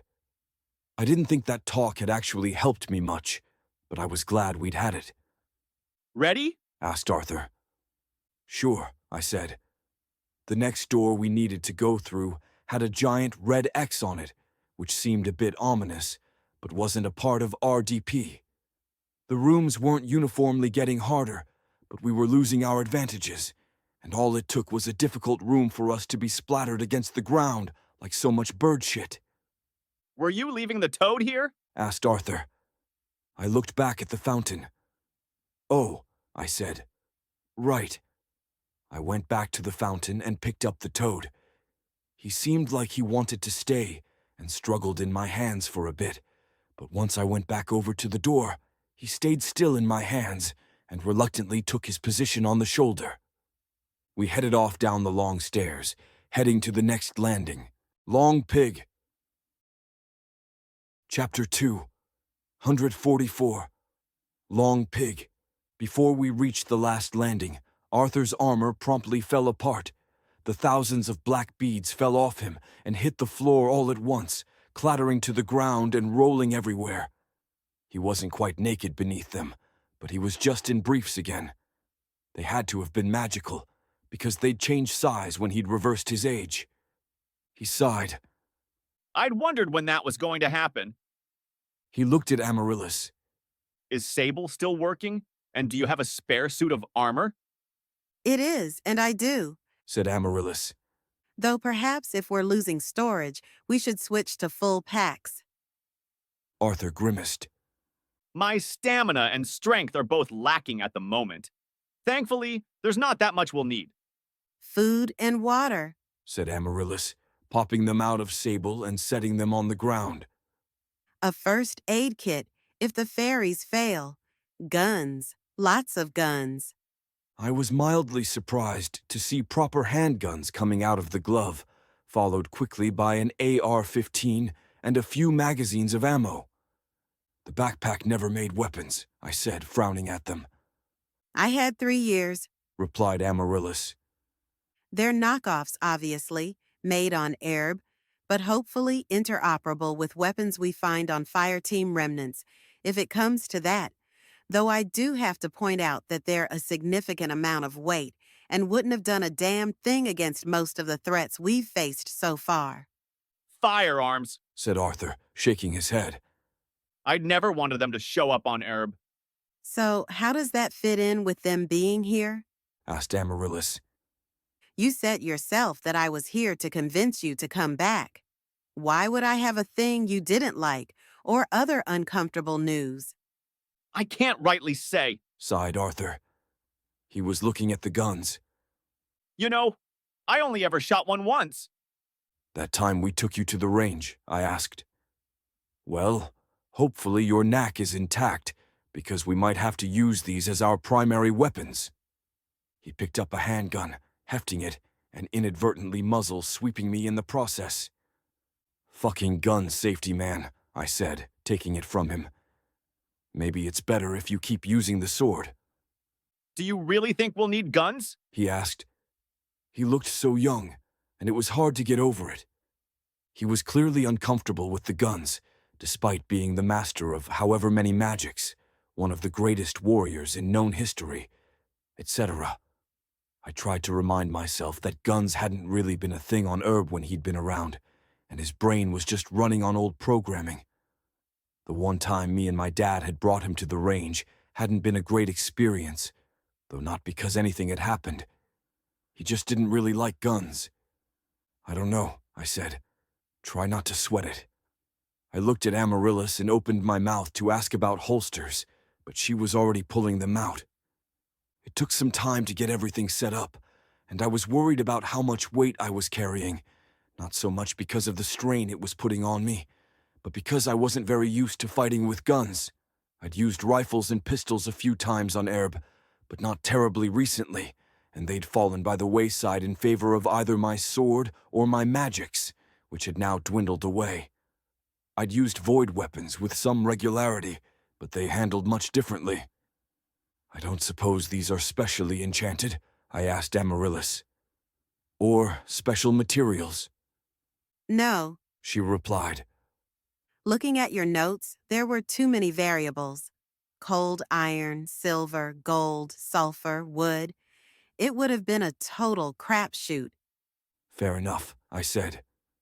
I had a pistol at either hip, a rucksack, a rifle, and 2 swords, which all seemed like a bit much, but there was a good chance that I would need all of it going forward. Unlike Uther, I was still at full strength. I'd gotten used to just pulling things from extra-dimensional space on a whim, but eventually those would fail too, and it was only good luck that they hadn't yet.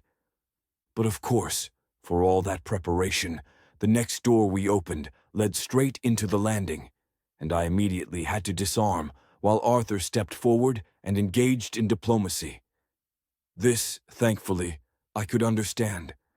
The Felheim were close enough to Hellmouth that they'd learned English. The first landing, dated to a time when I had absolutely hated all of the standard fantasy fare, and went out of my way to not include elves, dwarves, orcs, or the other staples. I was looking for stuff that was fresh and interesting, rather than rehashed 100 times over, and my reading and research had gone toward the mythologies and folk tales of other cultures, and finally, toward building up some stuff of my own that was an attempt at creating a fantasy canon that looked like it might be from some parallel universe. The inhabitants weren't elves, but they weren't elves in a really insistent way that made it clear to everyone that they were trying to avoid being elves while still filling somewhat of the same role. Yes, they were gracile and tall, with preternatural reflexes, and yes, they had a certain snootiness to them, but they didn't have the long hair or the naturalist connections, nor the pointy ears. It was the kind of thing that I'd made at 12 and then looked back on at 17 wondering what I'd been thinking. Their hook was that they were essentially OCD cockroaches from a death world who had come to the long stairs because it was, by comparison, extremely hospitable. When I was 12 years old, I had understood OCD to mean keeping things super clean and being really fastidious. When I was 17, I saw that in my old notes and tried to do something a little bit more like actual OCD, with anxiety and compulsions that helped soothe that anxiety. The Felheim checked us for weapons 3 times, patting us down once we'd voluntarily put everything we had on the ground. They had long, bony fingers attached to long, bony arms, and I hated the feeling of being touched by them. They were pale and chronically malnourished, in spite of having ample food. Their facial features were flattened, and I couldn't help but be reminded of pug dogs, despite there not being much of a resemblance. It was just something about their look, like they were a breed of humanoid that had been intentionally bred for some absurd aesthetic purpose and collected a whole bunch of crippling flaws as a side effect. Welcome, one of the Felheim said, once it had been confirmed that we were unarmed. His vocalization of English was very imperfect, the vowels rounded in unfortunate ways and the consonants a hair off. Our weapons were put into a container and would be carried through the landing for us, assuming that we were still living at the end of it. Packing up the weapons was a process which involved a lot of nervous tics on the part of our hosts, including wiping down the blades, and sometimes redoing things that they had already done before. They looked through our packs and tossed everything, which needed to be repacked. I even got checked for weapons again in the middle of it. I really didn't want to go without the Vorpal blade, and I also didn't want them handling the guns. I got muzzle swept again. But it was part of RDP, and we were going to get it all back once we were past the exchange of gifts. Between the 3 of us, I was pretty sure we would be able to fuck them up, regardless of whether or not we had our weapons, and it wouldn't have been all that much work to take their weapons from them. It still rubbed me the wrong way. "What is your business in the landing?" asked our guide. I was pretty sure she was a woman, but it was hard to tell with the Felheim. It was important only insofar as they were a semi-matriarchal society with a lot of rules about gender.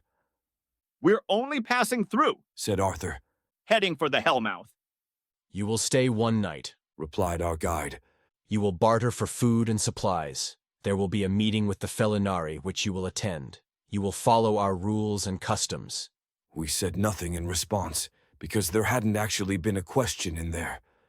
The thing about Felheim was that it was incredibly hard to know what was deliberate, considered ritual, and what was the result of individual anxieties and compulsions. Our guide stopped to touch the door frame of every door we passed, but we had no way of knowing whether we were supposed to do that too, except that Arthur had played the campaign before, and I was the one who had written it up. We kept our hands to ourselves. The environment of the landing looked like thousands of strips of dried squid, sometimes plain and sometimes with shellac applied. I say dried squid because back on Earth I'd picked up a pack from a visit to an Asian market and then never eaten it, and that was explicitly the basis for the landing. If you've never seen a packet of dried squid before, it's stringy and white, like I imagine ligaments would look if you stripped them from the body and left them to dry in the hot sun. Whatever material they were using, which I assumed, perhaps wrongly, wasn't dried strips of squid. They used it almost everywhere, though there were occasional black support rods. The ceilings were all fairly low, low enough that I was a bit worried about hitting my head, and the lighting came from lightning bugs the size of basketballs, which were strapped in place on the ceilings. There wasn't any greenery, but there were a few things that looked like they were living, fungus or mottled patches of bacteria, and once or twice, small, hairless animals in cages. These are your rooms, said our guide. She'd led us to two of the only rooms with doors on them. the woman in that one, the men in the other. We will collect you for the meeting in the morning. I wanted to protest that this was dumb and stupid, but that wasn't how you were supposed to deal with the Felheim. Amaryllis went to her own room without complaint, and Arthur and I went to ours. There were no beds, only hammocks, 4 of them strung up as temporary sleeping places. There was no food or water either, and no place to use a bathroom. If we were approaching mealtime, they would feed us, but that probably wasn't something that we were particularly interested in, not when we had our own food. The Felheim were, if not universally anorexic, then at least possessed of a universal anxiety and obsession toward food that led to some pretty bad compulsions. The anxiety wasn't about body image, though. It was a worry that the food would kill them, because in their ancestral environment, that was probably the case. How long of a wait do you think we're in for? Asked Arthur. I'm debating taking off my armor. I have no idea, I said. This is the kind of stuff you usually skip over in tabletop games. I took the toad from my shoulder and pulled a small dish from a mess kit in my pack, then poured a little water into it and let him hop in. He seemed to like it and splashed around a bit while Arthur and I talked. I know that, he replied, raising an eyebrow in my direction. but you always had things going on behind the scenes. You decided on things that had jack squat to do with anything we were going to be playing. Some of that was just me trying to pin things down ahead of time, I replied. It was always better to over-prepare. And if you can't over-prepare, be really ready to improvise. Oh, come off it! He replied. He apparently had decided that we would be together for a while, since he was taking off his armor. I was keeping mine on, though it was noticeably less comfortable than it had been earlier in the long stairs. You can just admit that you love the details for their own sake. Okay, I said. I did. I liked thinking up details, and I liked the paths of research that it always sent me down. There were times I temporarily knew a whole lot about the 1860 census, or the hiring preferences of the FBI, or the corner cases of color theory. I paused. Sorry, I feel like I'm trying to make a defense, but I don't know what about, I've made you feel defensive. said Arthur. It's my fault. Whatever I believe about you and your role in this world, I think we can be past it. We can be past you thinking that I imprisoned you in a crapsack world for 40 years, I asked. Herb isn't a crapsack world, He replied. or I suppose it wasn't, when I left. Perhaps things have changed. I shrugged.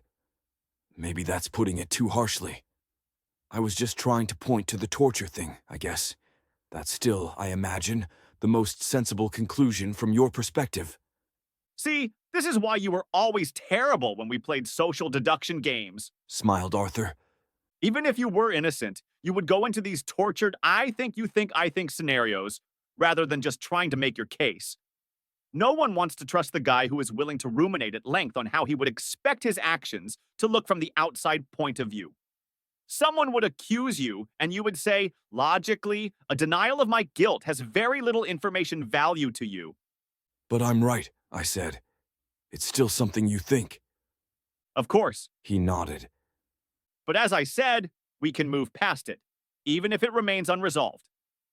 The answer to who did this to me and why isn't one that I need answered. It doesn't need to be part of the narrative of me leaving the narrative. My only aim is for all this to end. Sure, I said. I sighed and hefted myself into a hammock.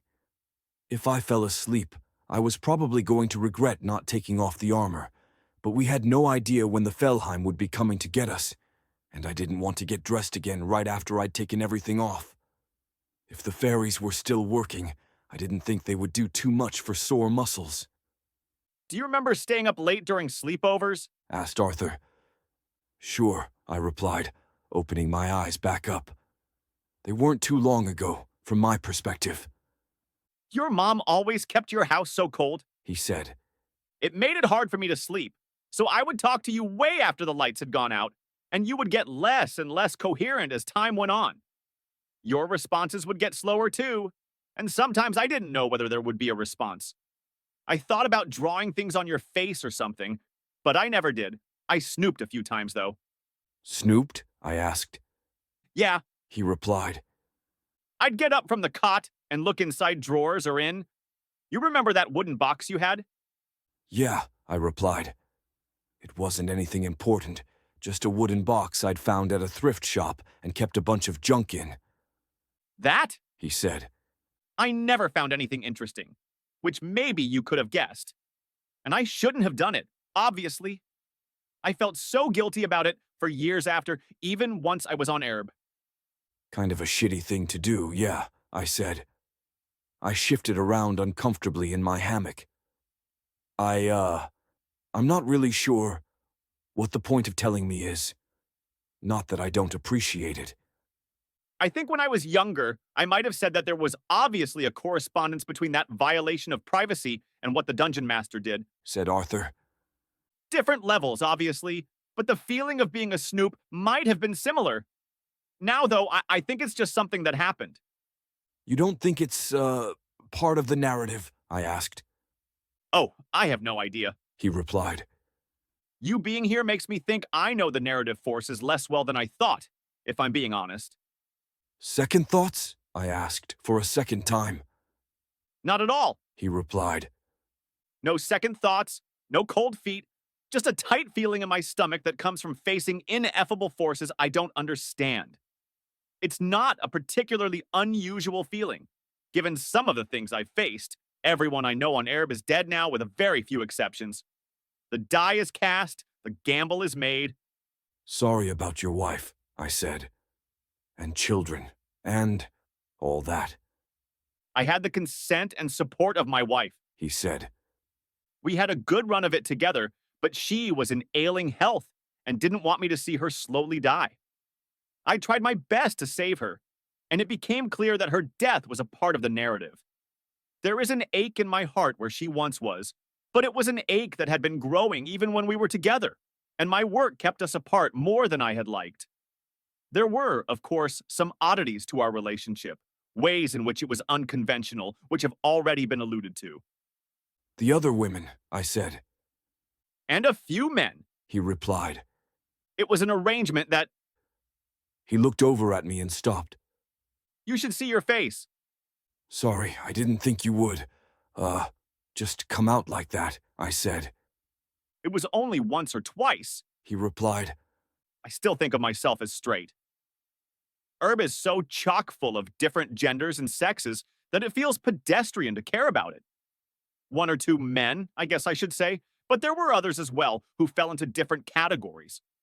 When we knew each other, you always cringed at the lurid details, so I think it would suffice to keep it at that. Ah, I said. I tried to collect my thoughts. I talked to Polita Sadie. She said that you went apoplectic when you found out that Dahlia was a lesbian. Arthur snorted. And you'd been wondering about that? What distance there was between the person I'd been and the person I became? I guess, I replied. Not really that important. But yeah, it's one of those things that seemed small when I heard it, and then stuck with me for way longer than I'd thought it would. I didn't know whether it was just the way the world had impacted you, or whether it was something you'd always felt. Or what? I was angry, He said. Homosexuality had a mild taboo in Anglesyn, though not as much as, say, 1950s America, and with considerable options for greener pastures. I didn't agree, obviously, but I also didn't fight too hard against it. Not when there was always some new crisis to deal with. Not when there were bigger issues at hand. I kept waiting for a flash in the pan, I suppose. Something that I could use to draw the attention of the kingdom, but it never came along. It was a problem that faded into the background, and I know that doesn't excuse it. But, well, you wanted to know about Dahlia? I hated her relationship with Polita, mostly because I knew Polita. I said everything I could think of to try to split them apart, knowing that with as hard-headed as Dahlia was, it was probably futile. Did you ever apologize? I asked. Repair things with her, We were never estranged. he said. I was closer to her than to my sons. She had the adventurer's spirit and her mother's strength of will. But if you're asking if I ever apologized for my outburst, then no, I never did. When she was old enough, she moved to Sidium, an ancient city that Amaryllis mentioned still stands, and began her own life there. I visited her from time to time when my schedule allowed. I was introduced to a few girlfriends and some I approved of.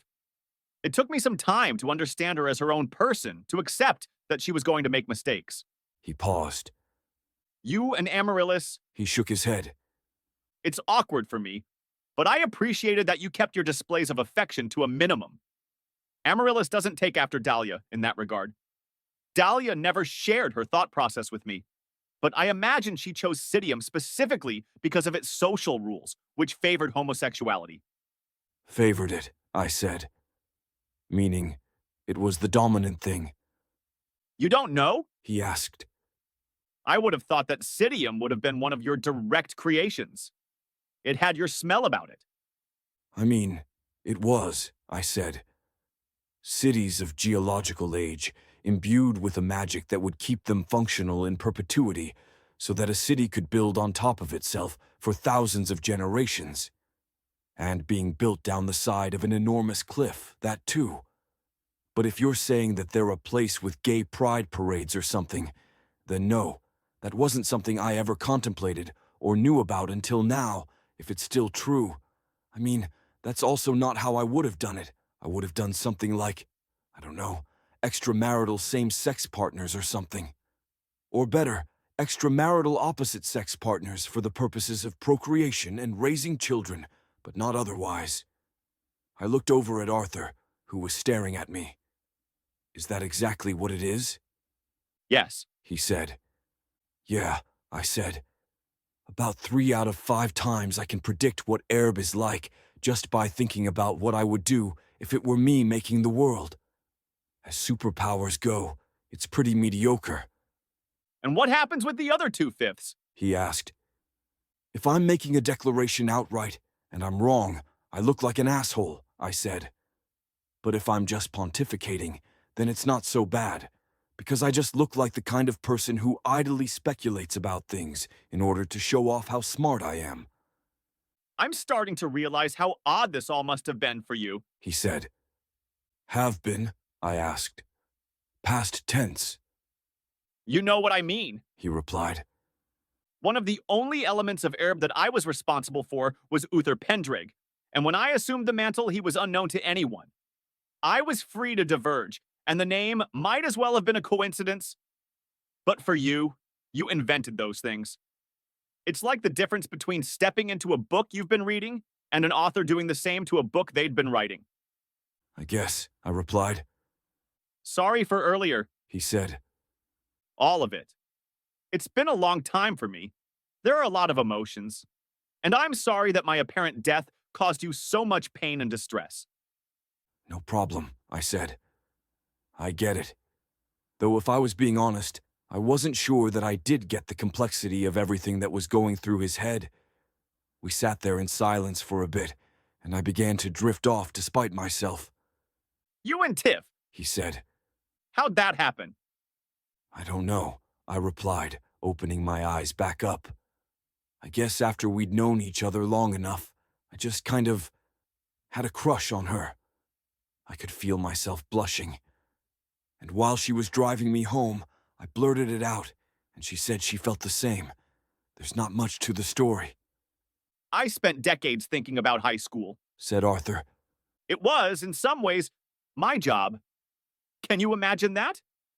You're 40 years old, and one of the primary things you do that you feel like you're forced to do is to spend a lot of time thinking about the details of your life in high school, going over the principal characters, thinking about their relationships to each other and how that fed into the games that you all played. You sit there trying to remember every anecdote you possibly can. I can't imagine being 40, I said, let alone all the other stuff, All that time thinking about high school. said Arthur. All that time dissecting people, drawing them, mapping the layout of the town, dredging things up, sometimes with magical assistance, making recreations. And I just never knew this fairly major thing that brings context to everything else. You and Tiff. I think life is like that, I said. I mean, people having their own unknowable internal lives, But you don't want to go back to her. said Arthur. You don't want to return to Earth, even to see her. We broke up, I said. After you died. I was an asshole to everyone, including her, and maybe we could have become friends again, but I think it would have been better for her sake to just let me fade away like an ugly bruise. Besides, if I really wanted to talk to Tiff, there's a version of her on Herb, one that grew up in Anglesey with an Arab version of me. I don't know. It's complicated. There was a pause, and I let a slow blink turn into allowing my eyes to stay shut, You dream skewered into your own body, right? asked Arthur. I did, I nodded. But it was the same for you, wasn't it? Except that dream skewering wasn't a recognized thing in your time. For me, I found out that was what I was almost right away, thanks to your scheme to get me to speculation and scrutiny, which nearly got me killed, by the way. You got my message? He asked.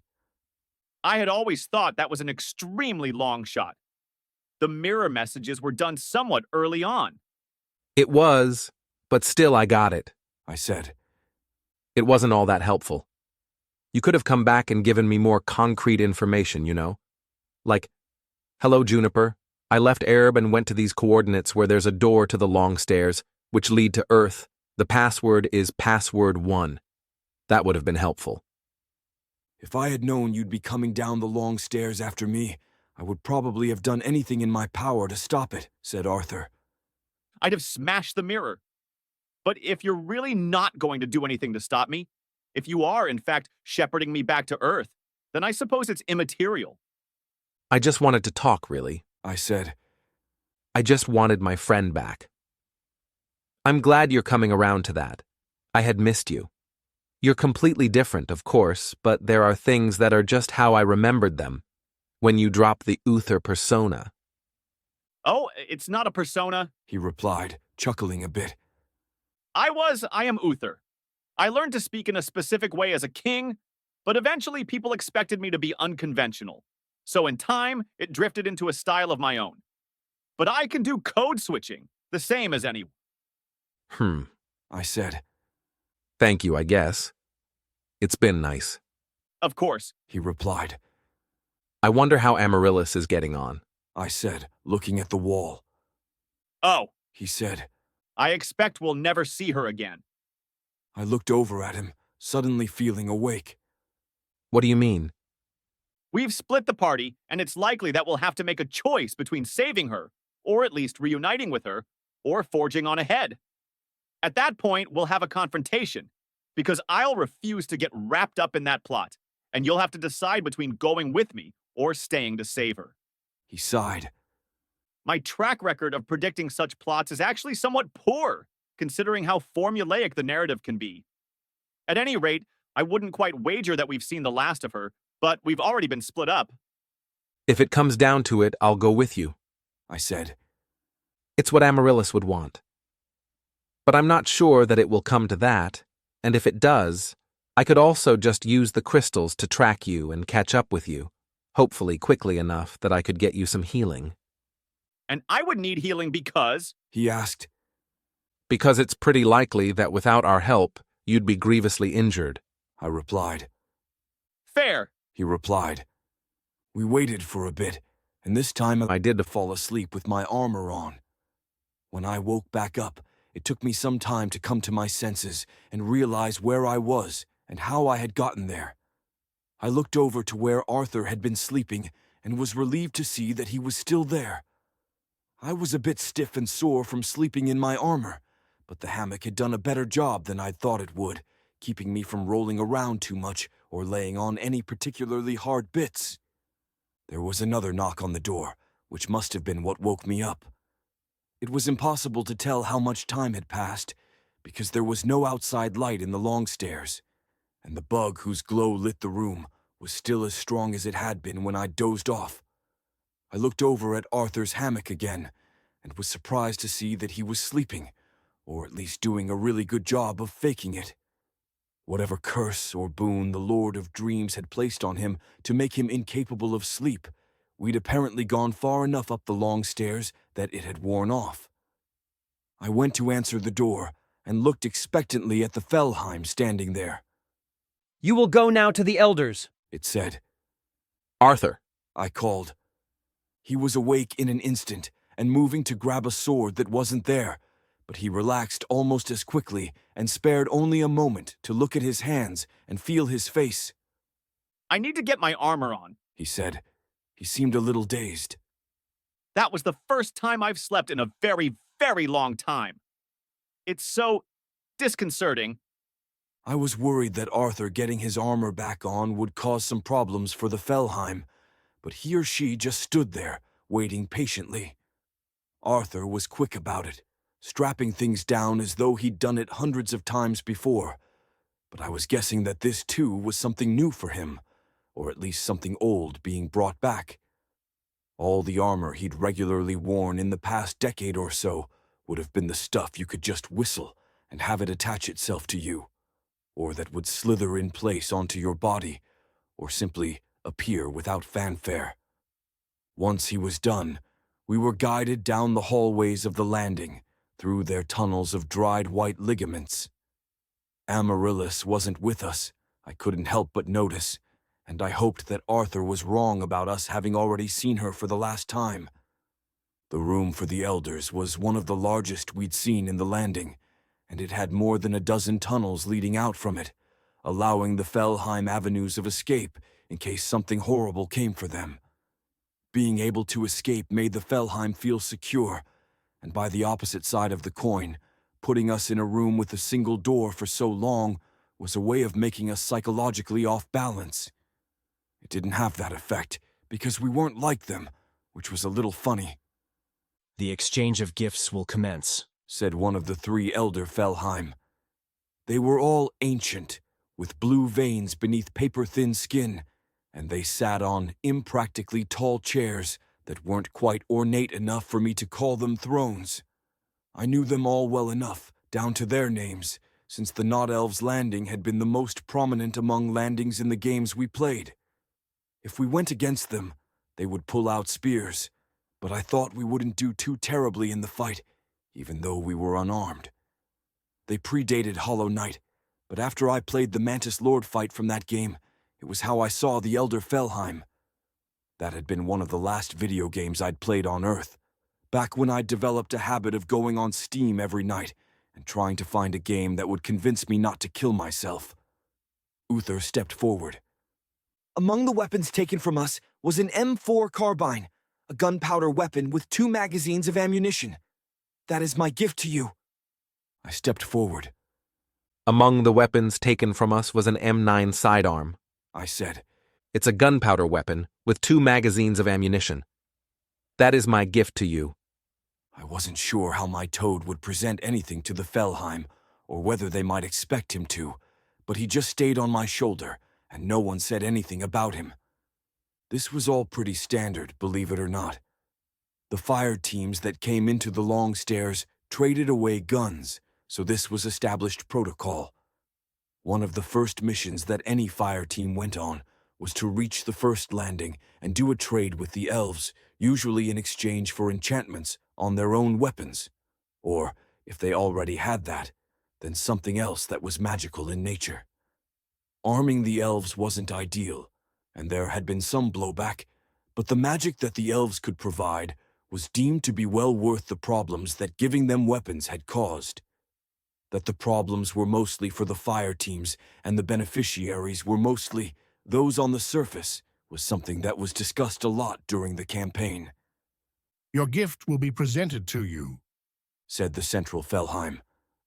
Then you will take your weapons and leave. They had brought the box in, and I was thankful for that, because I wanted the Vorpal sword back as soon as possible. It was incredibly powerful, and seemed like it was likely to keep working all the way to the top. Why is my wife not here? I asked. You will be silent while here, replied the Fellheim. You will accept your gifts and leave. They were being more curt with us than I had expected them to be, which gave me an uneasy feeling. They continued on despite my interruption, showing no particular sign that they ever intended to answer me. The large one will accept this gift. One of the attendants came from a corridor they'd been hiding in, carrying a large cylinder that was hidden by a thin cloth. When he reached me, he paused for a moment and then dramatically removed the cloth, revealing a giant candle. It was ivory, maybe 6 inches in diameter and 2 feet long, with 3 braided wicks. I took it from him and was surprised by the weight of it. So far as I could tell, it was just a giant candle, but with vibration magic gone, I had no ability to see magic. The candle does nothing here, and can only be used in the world beyond the depths, said the rightmost one. You will save it until your return. Now that was interesting. How they knew I was planning to return was, well, probably because they'd been listening in on our conversations. I wasn't about to take it at face value, though.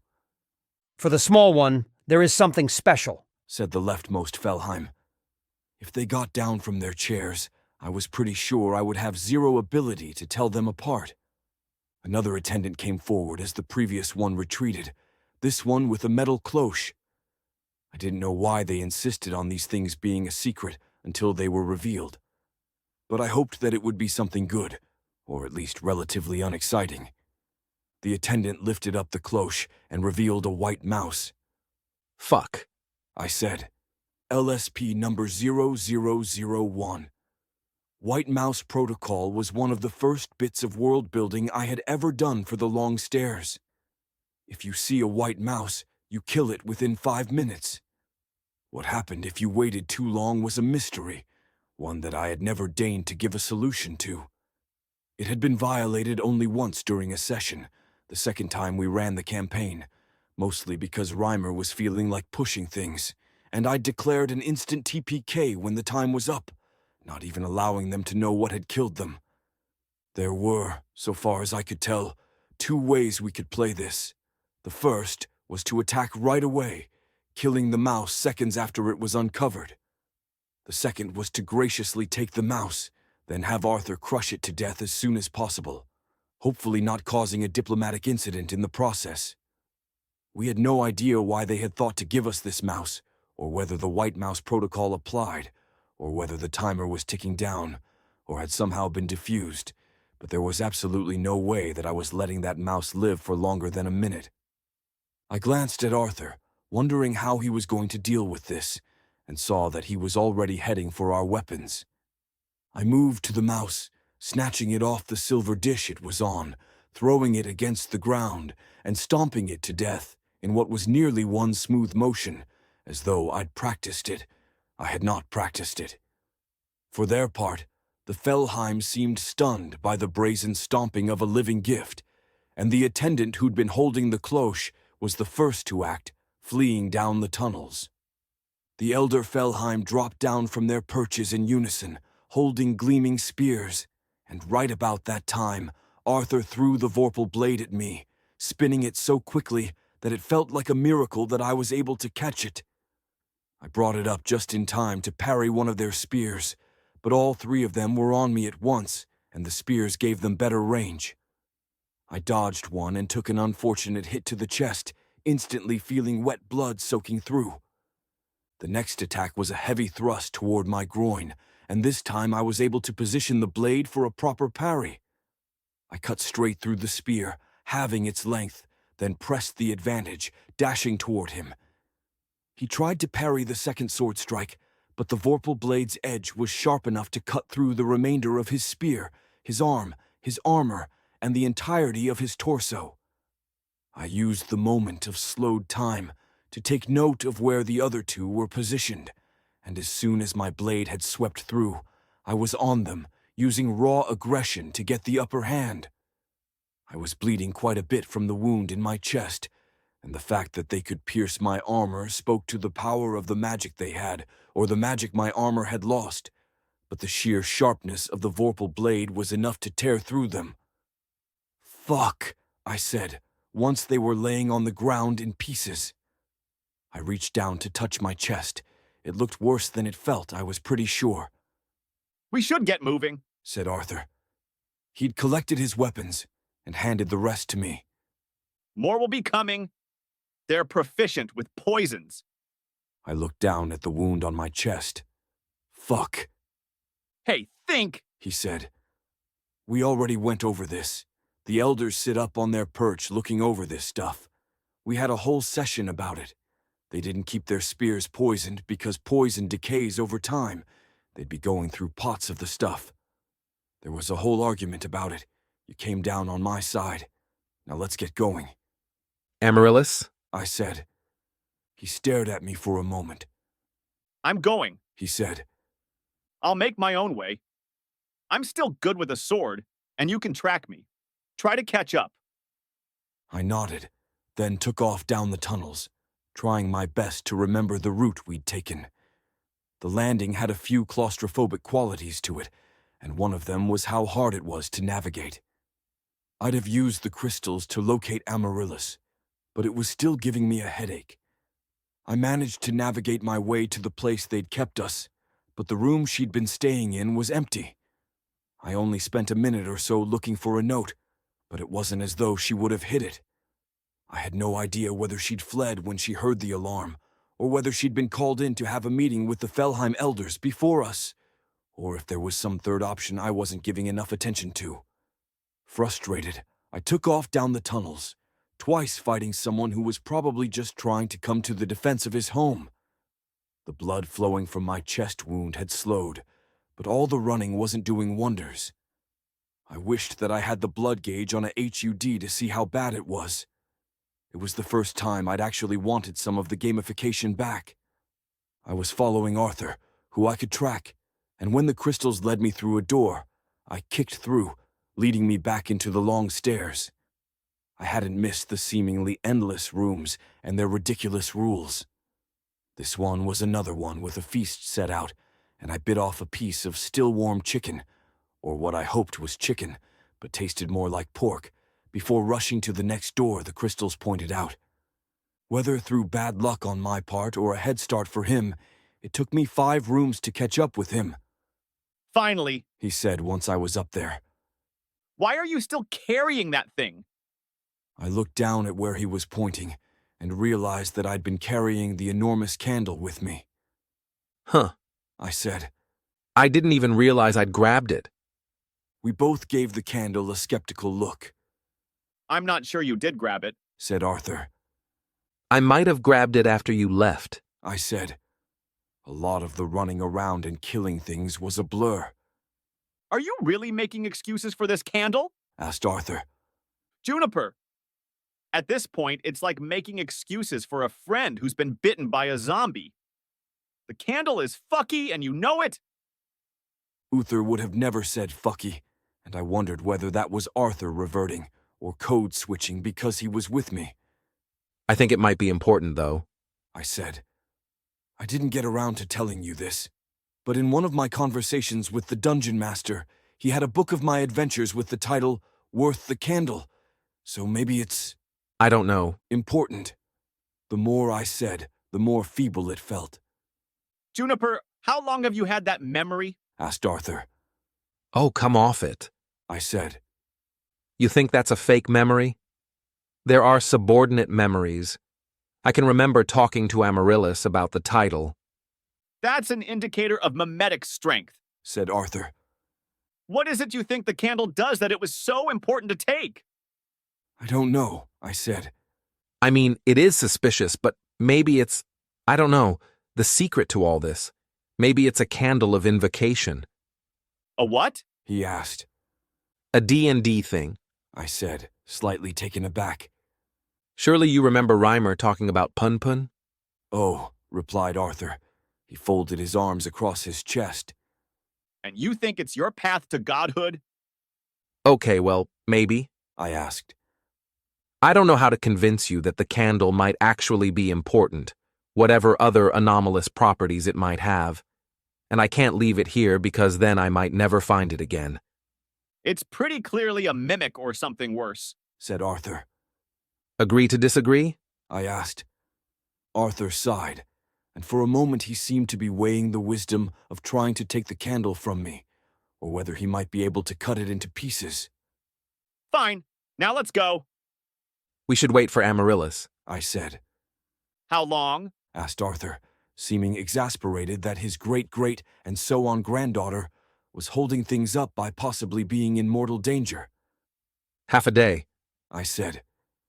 I can't track her, but she can track us. Or rather, you, and she can pop the clones from a distance to resolve the issues with the crystal if she really wants to. I think. Fine by me, he said. He sat down against one of the walls. I nearly died. When? I asked. When we were separated, he replied. I went through a room with an enormous monster that almost took my head clean off. And what? I asked. He had armor so thick you couldn't cut through it?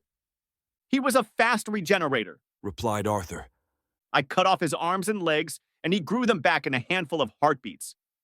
I cut off his head, and he didn't bother regrowing a new one. From experience, I knew that meant going for a vital point, but his heart was behind some kind of impenetrable layer of bone. When he brought his fist down, he cracked the floor, and I had to stay constantly moving while I tried to chunk through his regeneration or find some way to get at something vital. It had been a long time since I'd had a fight like that. You've had close calls before, I said. I was watching him closely. He didn't look shaken, just a bit stunned, like he'd had a revelation.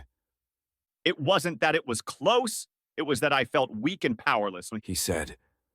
The battles I fought in the latter half of my career were difficult, arduous things, but there was never any despair on my part.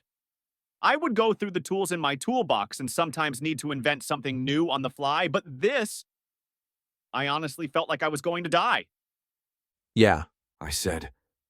So how'd you end up beating it? I circled around, jumped up onto its back, and drove my sword down his throat hole, said Arthur. It was a huge risk, but I had exhausted every other option, and I was gassed, again. I'm out of ammunition, by the way. Well, I'm here now, I said. The Vorpal Blade is one of the most powerful weapons I've ever introduced into a campaign, and I have better stamina than you. Plus, Bethel still has limited functionality. Of everything that remained, the 5-pound force was the only one worth speaking of, along with the ability to change shape.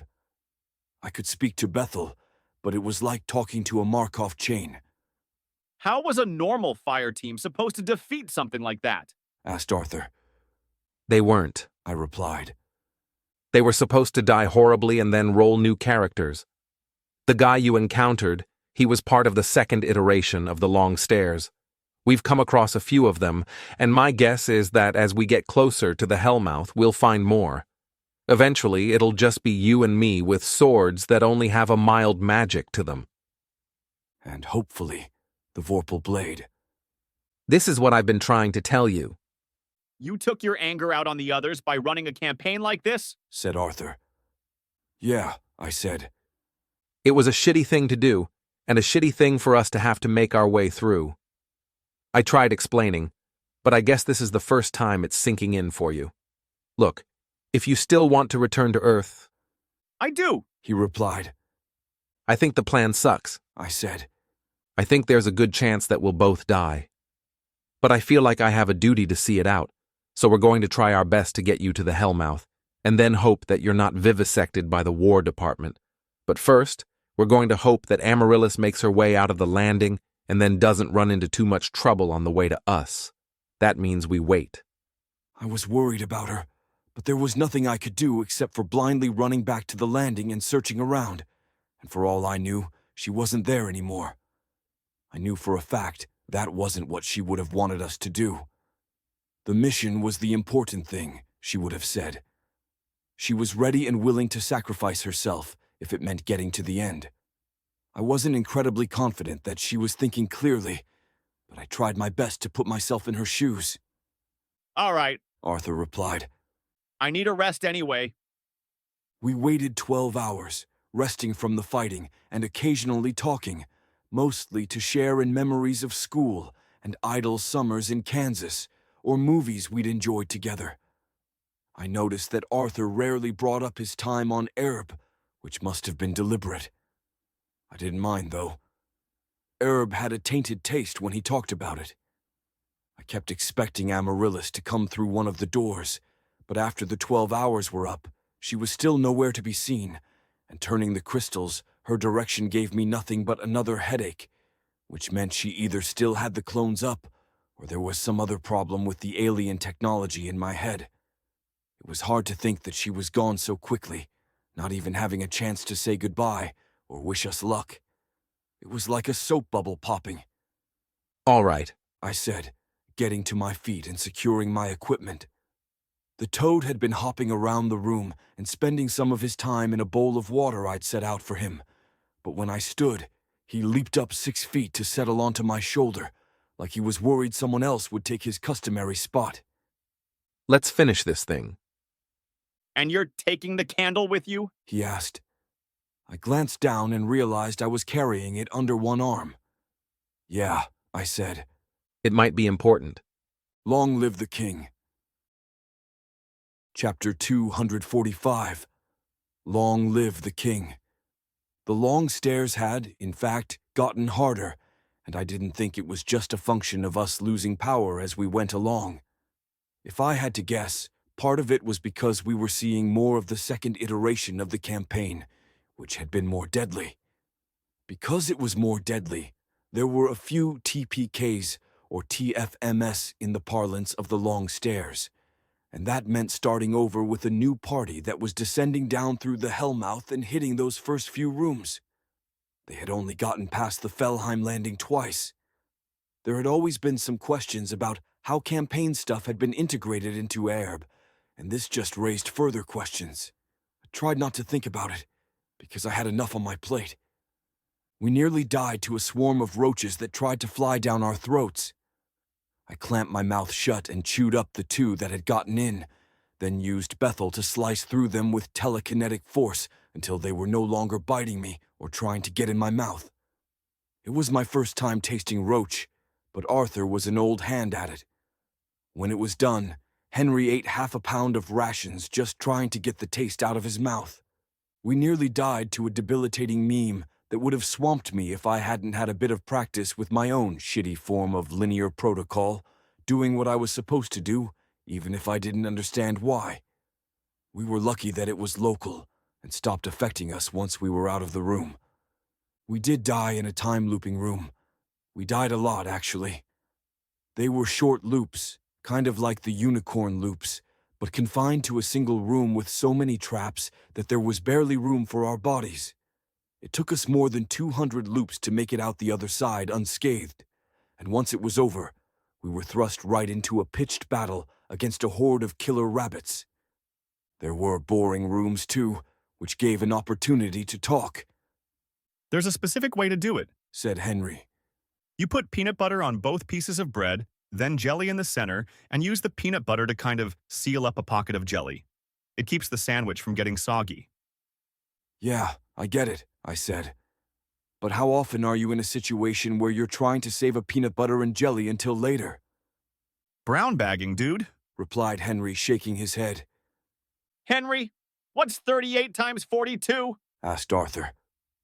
Henry's head exploded into strips of flesh with teeth on the ends of them, which wildly flailed around for a few seconds before Arthur sliced him to ribbons.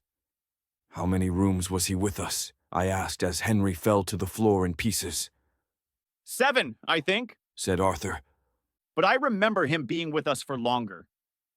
That was the kind of thing that happened in the long stairs, and you just had to roll with it, because there would be something new around the corner in another 5 minutes.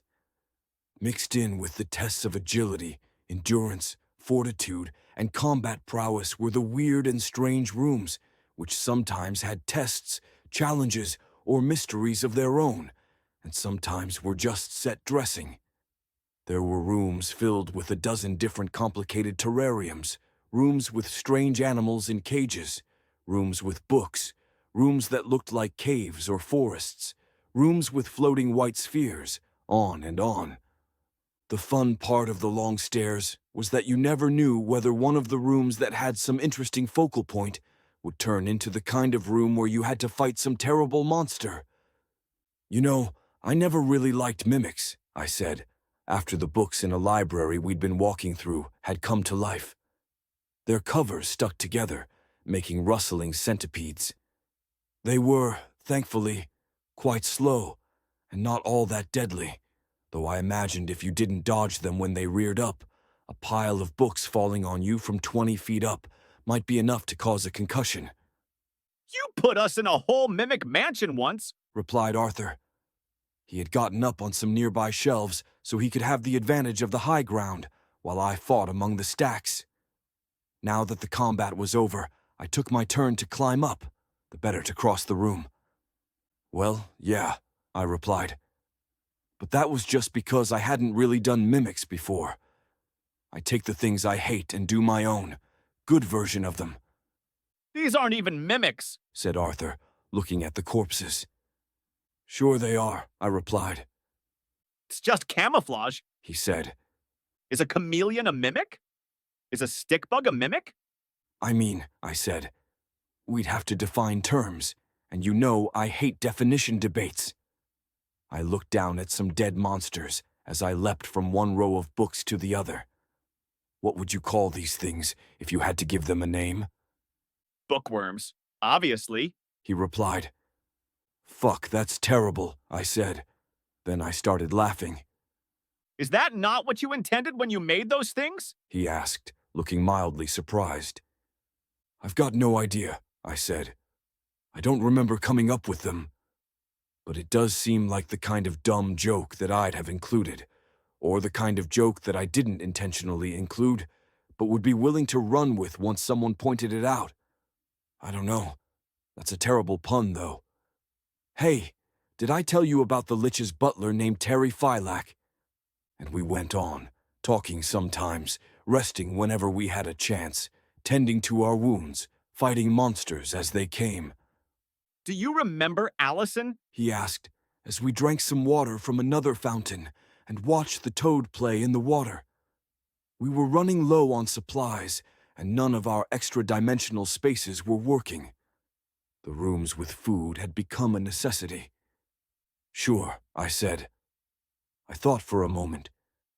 When you died, she was one of the people who was really upset about it. I kind of hated it. I mean, she didn't know you that well, and it was selfish of me, obviously, to think that I had a monopoly on grief. But yes, I remember her. I'm wondering whether I'll get a chance to do high school over, he said. Or at least finish out the last year. Kind of creepy to be thinking about 17-year-old girls as a 55-year-old man, I said. No offense. No, I understand where you're coming from, he replied. I'm just thinking about roads not taken, things that I wasn't capable of doing back then. It just felt impossible to talk to girls, even though I was friends with so many of them. You were, I asked. I was in a lot more activities than you were. he said. May in mock trial, Allison in yearbook, Chelsea in math club. There's something pathetic about having a crush on anyone who shows you even the slightest bit of attention. But that's who I was. I can't imagine now that I would have any interest at all in someone half my age, or a third my age, but at the time, or if I could do it over. I'd have been more bold. Boldness is rewarded. And youth is wasted on the young, I added, nodding. But why Allison? I don't know. He said. Just an idle thought. I told you that it was, essentially, my job to think about high school for the last 30 years, but really, that's not quite true. Allison, Chelsea, May. They were just a few of the people who never showed up. It was you, Reimer, Craig, Tom, and Tiff, for the most part. And Maddie, I said. Sure, her too, He replied. So when I think about going back to high school, finishing that final year before going to college, I tend to think about all the things that I haven't already spent ages on. I never got to know Allison, nor some mirror reflection of her, nor even an allusion to her existence. I said. Then you're probably also saying that you won't play D&D with us anymore. He laughed. Of course not. Why the fuck would I? There was something so relaxed about him now, like he'd slipped back into acting like a teenager again, now that his body had reverted. Yeah, I can see that, I said, but I couldn't help but feel a little bit glum about it. Do you still want to play D&D? Asked Arthur. I actually made my own game when I was in Erb, Arches, which I played with my companions, I said. And yeah, if we don't have a bunch of saving the world ahead of us, I want to play with them again. He shook his head, but though I'd expected a rebuttal, none came. A few rooms later, when we were walking through a field of broken glass, he brought up a subject I hadn't expected. What was special about me? He asked. I replied. In what context? You haven't changed a bit. He replied. What I mean is, I don't think that I would have reacted as strongly if you had died. We were friends, obviously. I'd have been crushed. But I don't think I would have gone into a months-long depression about it, so I guess I'm wondering why I was that important to you. Honestly, and I hope this doesn't come out wrong, I don't know how much it was about you, I said. That's me speaking with more than a year's worth of distance and a lot of time to process, and process how I was processing, and introspect and stuff. I think it hit me hard because I felt guilty about being with Tiff and keeping secrets, but it's also not like I'd never been depressed before. When you died, it sucked, but it was also like it gave me a reason that I hadn't had before. A reason to be shitty? He asked. That, but also a reason to shut down, to disengage, to let the depression soak into my bones, I said. The depression is probably just neurochemicals, but how you deal with the highs and lows, whether you get stuck in these endless cycles of rumination, I don't know. I think that's kind of in your power, to some extent. Of course, if you get depressed, you lose the power when you need it the most, so maybe I don't know what I'm talking about. For me, your death felt like vindication, almost. Vindication of what? He asked, kicking aside an especially large chunk of glass that looked like it had once been the top, to a bottle almost exactly like the one that the locust had once lived in. Vindication of atheism and cynicism, I said. I'd always thought the world was a bit shit. When you died, it was like, oh, hey, I was right all along. Everything and everybody does indeed suck. It was like getting permission to be bitter and cruel. So the lesson is that I wasn't that special, he said. You'd have done the same if it was Reimer. Maybe, I said. I honestly don't know. After you died, I built you up a lot in my head, and maybe I would have done the same for Reimer. I shrugged and kicked some glass away, thankful that I had boots that mundane glass couldn't cut through. I mean, not to diminish our friendship or anything. You were the person I most enjoyed spending time with. Probably more than half the movies I've ever watched in my life were with you. You introduced me to ideas that helped shape me in ways that I'm proud of, You never had much sentimentality on Earth. said Arthur. Maybe I was just worse at verbalizing it, I said. Sorry if I'm getting too sappy, but I really did cherish you as a friend. I just also think that a lot of my reaction to your death was more about me, not about you. I was finally to the point where I could say that out loud and not have it feel like a stinging betrayal of our friendship. Another 6 rooms later, we found ourselves wading through some unpleasant-smelling muck. There was a lot of it, and our movement was slow by necessity. Arthur had taken the lead and was poking ahead with a stick, making sure that there wasn't some hidden drop-off that the muck was covering, or alternately, some kind of monster.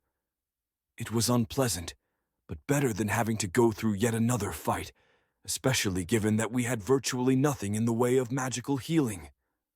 I was on edge because it seemed like the perfect setup for an ambush. I had more of the load than he did, including the big candle, which I kept being periodically surprised I was still carrying. I was hoping that it was important, not just a joke. I was, frankly, hoping that it would end the game, rather than being a key piece to defeating the Void Beast, or clear out the Hells, or some other struggle that might potentially be my responsibility back on Erb. You've managed to present a better argument for staying than anyone else, he said. Thanks, I guess, I said. I'm not turning back, though, he continued. I know, I said. I'm trying my best to accept that. If we could have a week of hanging out or something, it would be an easier pill to swallow. If I went back, I'd have to face the narrative, said Arthur. I'd be captive to it for the rest of my life. Maybe, I said. Or maybe there's a narrative waiting for you up on Earth. Or maybe I could, I hesitated. Fix things. How? He asked. I gave the candle I was cradling a skeptical look. I didn't have an answer. I think once you're gone, the Dungeon Master is done with both of us, I said. Granted, that's a bit of very optimistic thinking on my part. And if I don't leave? He asked. If we decide at the precipice to turn around, what will the Dungeon Master you've spoken to decide to do with us? Set us free? I don't know, I said. This isn't even goodbye, said Arthur. There are 2 of you, aren't there? One here, with me, and the other on Earth, unscarred and unchanged by Erb? Unclear, I said. It might be that the other Juniper is on the other side, or somewhere else, if he exists at all. I was like a brother to you, said Arthur. I understand that. But my own brother, he was much older, and I rarely saw him except at Christmas, and sometimes in the summer. And Juniper, the relationships we formed in high school were never going to last forever. If I had lived, if I hadn't died in a car crash, what would the outcome have been? Most likely, we'd have tried to keep in touch, seen each other over the summers while we were at college. If you ended up going to college and then drifted apart, maybe we would see each other's Facebook posts or something. That's so grim, I said. It gave me a deflated feeling. The toad turned slightly to the side and licked my neck, presumably to cheer me up. Well, yes, he said, from a certain perspective. But it's also realistic. Do you understand how old I am? How many close friendships I've let fade away by this point? There are people I would see again for the first time in a decade, and it would be just like old times. But I never mourned that they weren't a constant presence in my life. There are people I would have dinner with whenever I was in Leo, people I would send a letter of inquiry to once every 6 months or so, people who had a presence in my mind, but who were not a presence in my life. You're saying that I shouldn't have grieved for you, I said. I'm wondering if you learned a lesson at all, he said. I'm curious whether your perspective on things has changed in some way, given all that time you spent on Erb. I thought about that for a moment. Perhaps the lesson is instead that if you wish for someone to come back hard enough, if you lash out at others, then eventually you'll be swept away. To a fantasy world where they're still alive, I said. Though that lesson doesn't seem like it generalizes well. I was doing the thing that Fen always used to do, deflecting with humor, and I briefly hated myself for it. But in point of fact, He said with a sigh. It was a familiar sigh, the kind he'd used to let out when he was about to make a point that he thought was obvious, or sometimes just to signal that it was obvious as a way of making it seem stronger than it was. In changing his body back to roughly that of a teenager, he sounded so much more like his old self. we have grown apart, Juniper. Or at the very least, I've grown apart from you, even if the reverse hasn't happened. And I am leaving, never to return. You can come with me, obviously, but you seem adamant that you're staying. There's too much work to be done on Erb, I said. It felt weak as I said it. That's not the real reason, though, is it? He asked. There are lots of reasons, I replied. On Erb, I'm strong, powerful, and important. Erb matches my aesthetic tastes more than Earth does. I've got more friends on Erb, given all the bridges I burned on Earth. I shrugged. And on Earth, who would I have been? Like, let's say that this is all set up for both of us to return, and I get reduced to who I was then, and all my memories get a factory reset or something. Who would I have ended up becoming? Probably just some loser. Or you'd have found some nice, comfortable life, said Arthur. But you always did hate that part of stories where people returned back to the real world. Because it sucks, I said. It's only there because stupid authors think that allowing the fantasy world to actually be better than the real world sends the wrong kind of message to the audience, who are usually children. It's impolite to say, actually, yes, it would be better to be in this fantasy world that doesn't exist. And they try to make it bittersweet instead of just bitter, but I know you think it's immature. Not particularly, no, he replied. I think there's immaturity in thinking that life can only be one way. It's a very common immaturity, but also a very adult one. On Earth, yes, perhaps I'd have found it immature because it was a retreat into fantasy, but here, much less so. In fact, we're opposite sides of the same decision, in a way. We are, I asked. There was a time I tried to make peace with the omnipresence of the narrative in my life, he said. When I tried to make peace with everything, forever being a set piece or a bit of backstory or a conflict in its resolution. Eventually, though, the unreality of it got to me, and I decided that no, I would do my best to escape the narrative rather than live with it. You want to stay on Erba because you see that it's a better life. For the same reason, I want to return to Earth. We made it to the end of the muck, and Arthur went to open the next door, readying himself for a fight and looking at me to make sure that I was ready to go. I gave him a brief nod, and he swung the door open. We looked at a room carpeted in corpses. It was one of the larger ones, the size of a ballroom, and all of the dead appeared to be fire team members, wearing the same black combat clothing that was common to them if they didn't have magical gear on. Holy hell, said Arthur. How in the world does the government keep something like this quiet? He hadn't stepped into the room yet.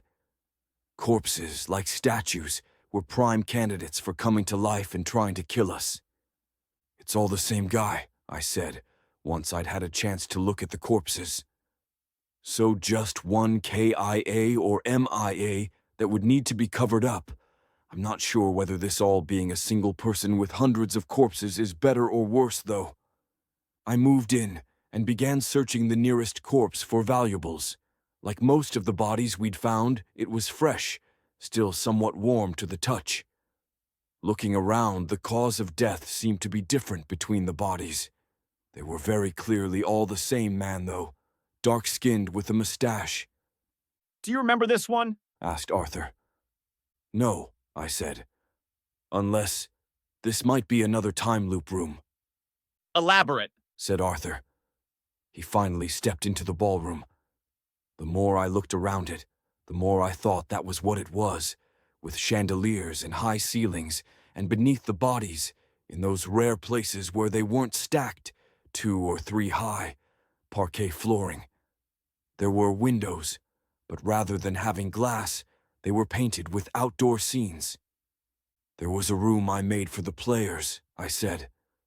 It was a local time loop, like the one we already did, the trap room, but each time through the loop, your body stays behind, until eventually there are hundreds of corpses of you, each from a time you failed. Edgelord! Muttered Arthur. Yes, well, I replied. It's probably the most interesting thing I came up with from that time. If this is what it is, then it's already disarmed. The soldier had been well outfitted, which meant we were close to the Hellmouth, though there was no sign of anyone else from his fire team, which meant that either he'd gotten separated, or I was wrong about what had created all the identical bodies. I took his ammo and some of his provisions, his mapping book, and then looked through the rest.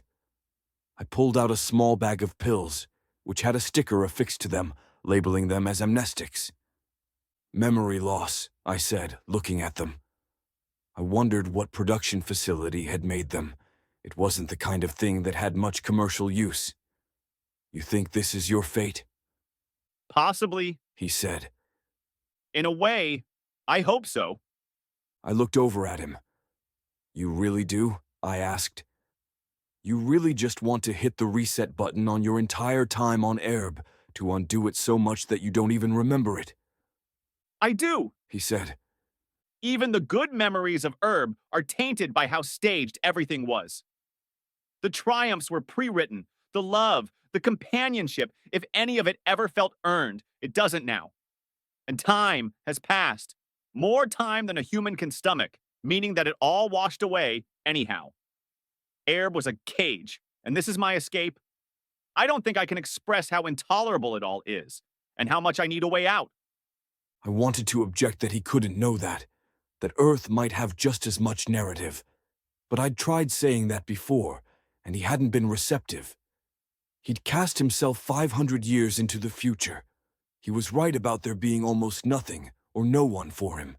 He had descendants, but they were so far from removed from him that they might as well have been someone else's children.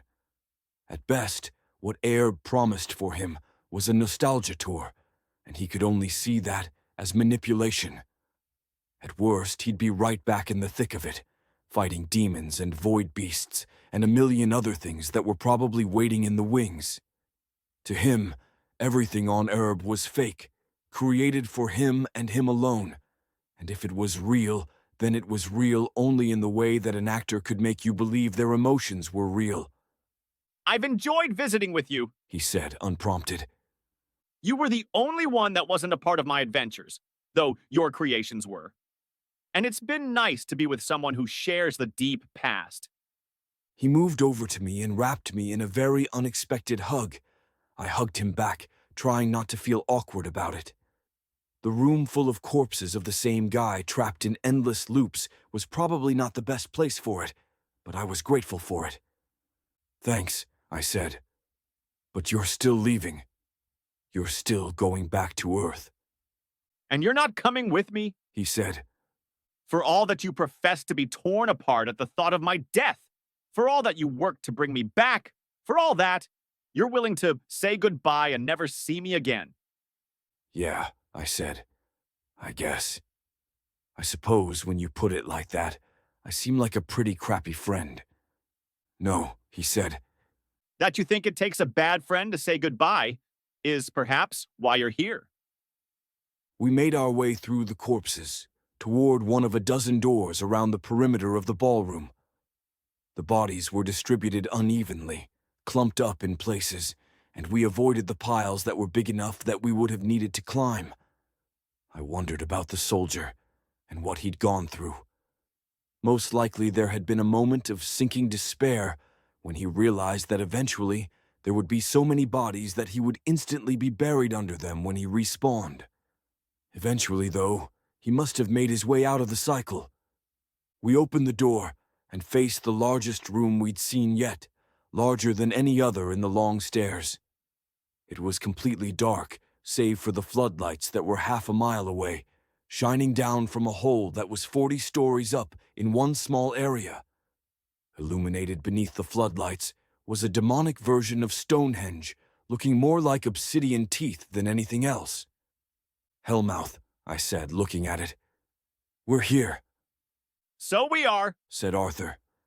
He looked at the mouth, then at the floodlights. The floodlights weren't a part of the long stairs. They had been placed there by the War Department, and there were, I knew, cameras pointing down to look at the huge black stones. Past those floodlights, going up, was an area that humanity, or more specifically, the United States, controlled. This place, Hellmouth, was the last room of the long stairs, and it was safe, except for the threat of armed forces rappelling down. I thought we had more time, I said. This is it, said Arthur. He took in a big breath of musty air. Earth lies beyond. He looked at me. You won't come with me? You won't stay? I asked. He shook his head. If you're going back to Herb, then I hope to hell we never see each other again. No offense. Or if I see you, you're just a normal teenager on Earth. I could feel the sadness welling up inside me. I had been preparing myself for this, and I still wasn't ready. I was hoping that something improbably would change. I watched him as he looked at the Hellmouth and hoped that he would reconsider. Goodbye, he said. To my surprise, he gave me another hug, and I hugged him back, holding him close for a moment. Goodbye, I said. He took a steadying breath, then strode forward, dropping his guns and gear as he went. He was the hero of Herb, the man that had practically been worshipped, his name spoken of in reverent tones, and he had reduced himself to a mostly normal teenager. The crystals in our heads were dormant in Hellmouth. I could feel that. He had his skill with a sword and wisdom beyond his years, but even that might be stripped away from him. It was, in a sense, death that he was choosing, or at least an afterlife. It was a final escape from a burden that couldn't be shouldered forever. I watched the whole time, standing by the door. From my shoulder, the toad croaked, and I took him down to hold in my hands. I started to cry, but only a little, a few salty tears rolling down my cheeks, the kind of crying that could be wiped away and leave no evidence. All that for just this. Eventually, Arthur reached the stones, and not too long afterward, an empty metal cage on a cable began descending from up where the floodlights were. It took a long time for it to reach him, but he didn't move, and I didn't either. When he stepped up, the cage began moving again, bringing him up. I wished that I could have known what they were saying in the control room, what they were planning for him, but he was half a mile away, barely visible. Eventually, he was past the floodlights, and I couldn't see him anymore. I hoped that he and Amaryllis were right, that this was a way for the narrative to end. I stayed for about half an hour after that. I don't know what I was waiting for, or what I expected, but there was nothing. No sound from the opening up to Earth, no descending cage, not so much as a whisper. I felt relieved, but also a little hollow. This was the point where our stories diverged from each other, and if everything went well for him, we would never see each other again, and his story would be of the kind that people had on Earth, rambling and barely coherent. Perhaps there was another Juniper up there, living his normal life, bored and depressed. But it wasn't me, and if Arthur was friends with him, well, I hoped that whatever the War Department did with him, it wasn't horrible. I hoped that he got his wish. I paused once I was through the door and into a new, fresh room, looking back at the stones of Hellmouth, and pulled out the Vorpal sword. Arthur wanted to be free, and I wanted him to be free too. I didn't know whether it would work, or whether it was wise, but I steadied myself and cut the door, trying to cleave it at a metaphysical joint, the place where Earth was connected to the long stairs. I felt something give under the weight of the strike, and Hellmouth disappeared, leaving a black void beyond the cut door frame. I had worried that doing that was a mistake, or that I would lose my memories of Earth. But no, I had a feeling that what I had tried had worked. The connection between our realms was severed, and there was no going back for either of us. It was, after all, how I would have done things. "Come on, little buddy," I said to the still air and the toad I was holding in my hands. "Let's go home." The return journey was about as uneventful as a return journey through the long stairs could be. There were tests of strength, skill, wisdom, and knowledge, but I passed them all, and never had any real fear that I wouldn't. In a way, it felt like the long stairs were as subdued as I felt, like an energy they'd possessed had gone out of them. Is it done? Amaryllis asked when I reached the Felheim landing. Whatever had happened in my absence, she seemed to have the situation well under control. 2 Felheim flanked her, looking like they would pierce me through if I so much as sneezed in her direction. "Yeah," I said. I hefted the candle. "Either of you two know what this is?" The Felheim shook their heads. "Well," I said, "I didn't see anything that seemed like a clue about some kind of hidden power, so I shrugged. Let's hope that this is it. Otherwise, this was all for," I was about to say, "nothing," but I didn't actually believe that. "For Arthur, and for me, to the benefit of no one else." Amaryllis nodded, and together we continued on. We collected Fen and Raven from the maze landing. When Raven saw that Arthur wasn't with us, she broke down into tears, and it took some consoling before we could continue on. She wanted to stay, hoping that he would return for her.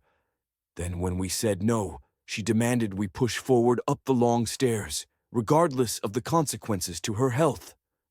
Fen rolled her eyes at all that, and given that it had been a few days, I imagined that this was the 4th or 5th time they'd had that argument. When we got to the Crystal People, Grok was waiting for us. He was wearing the same clothes as the Crystal People, but from what I could tell, was mostly bored with the wait and had gone through all the books he'd brought along to read. When we were making our way through the wet market landing, Bethel slipped from my finger and resumed her normal humanoid form. "You were quiet," I said. It was like what I imagined getting drunk and falling asleep must be like, she said. I missed most of it. I only hope that I helped. "You did," I said softly. RDP mandated that I buy something from the market, so I bought a hat for the toad.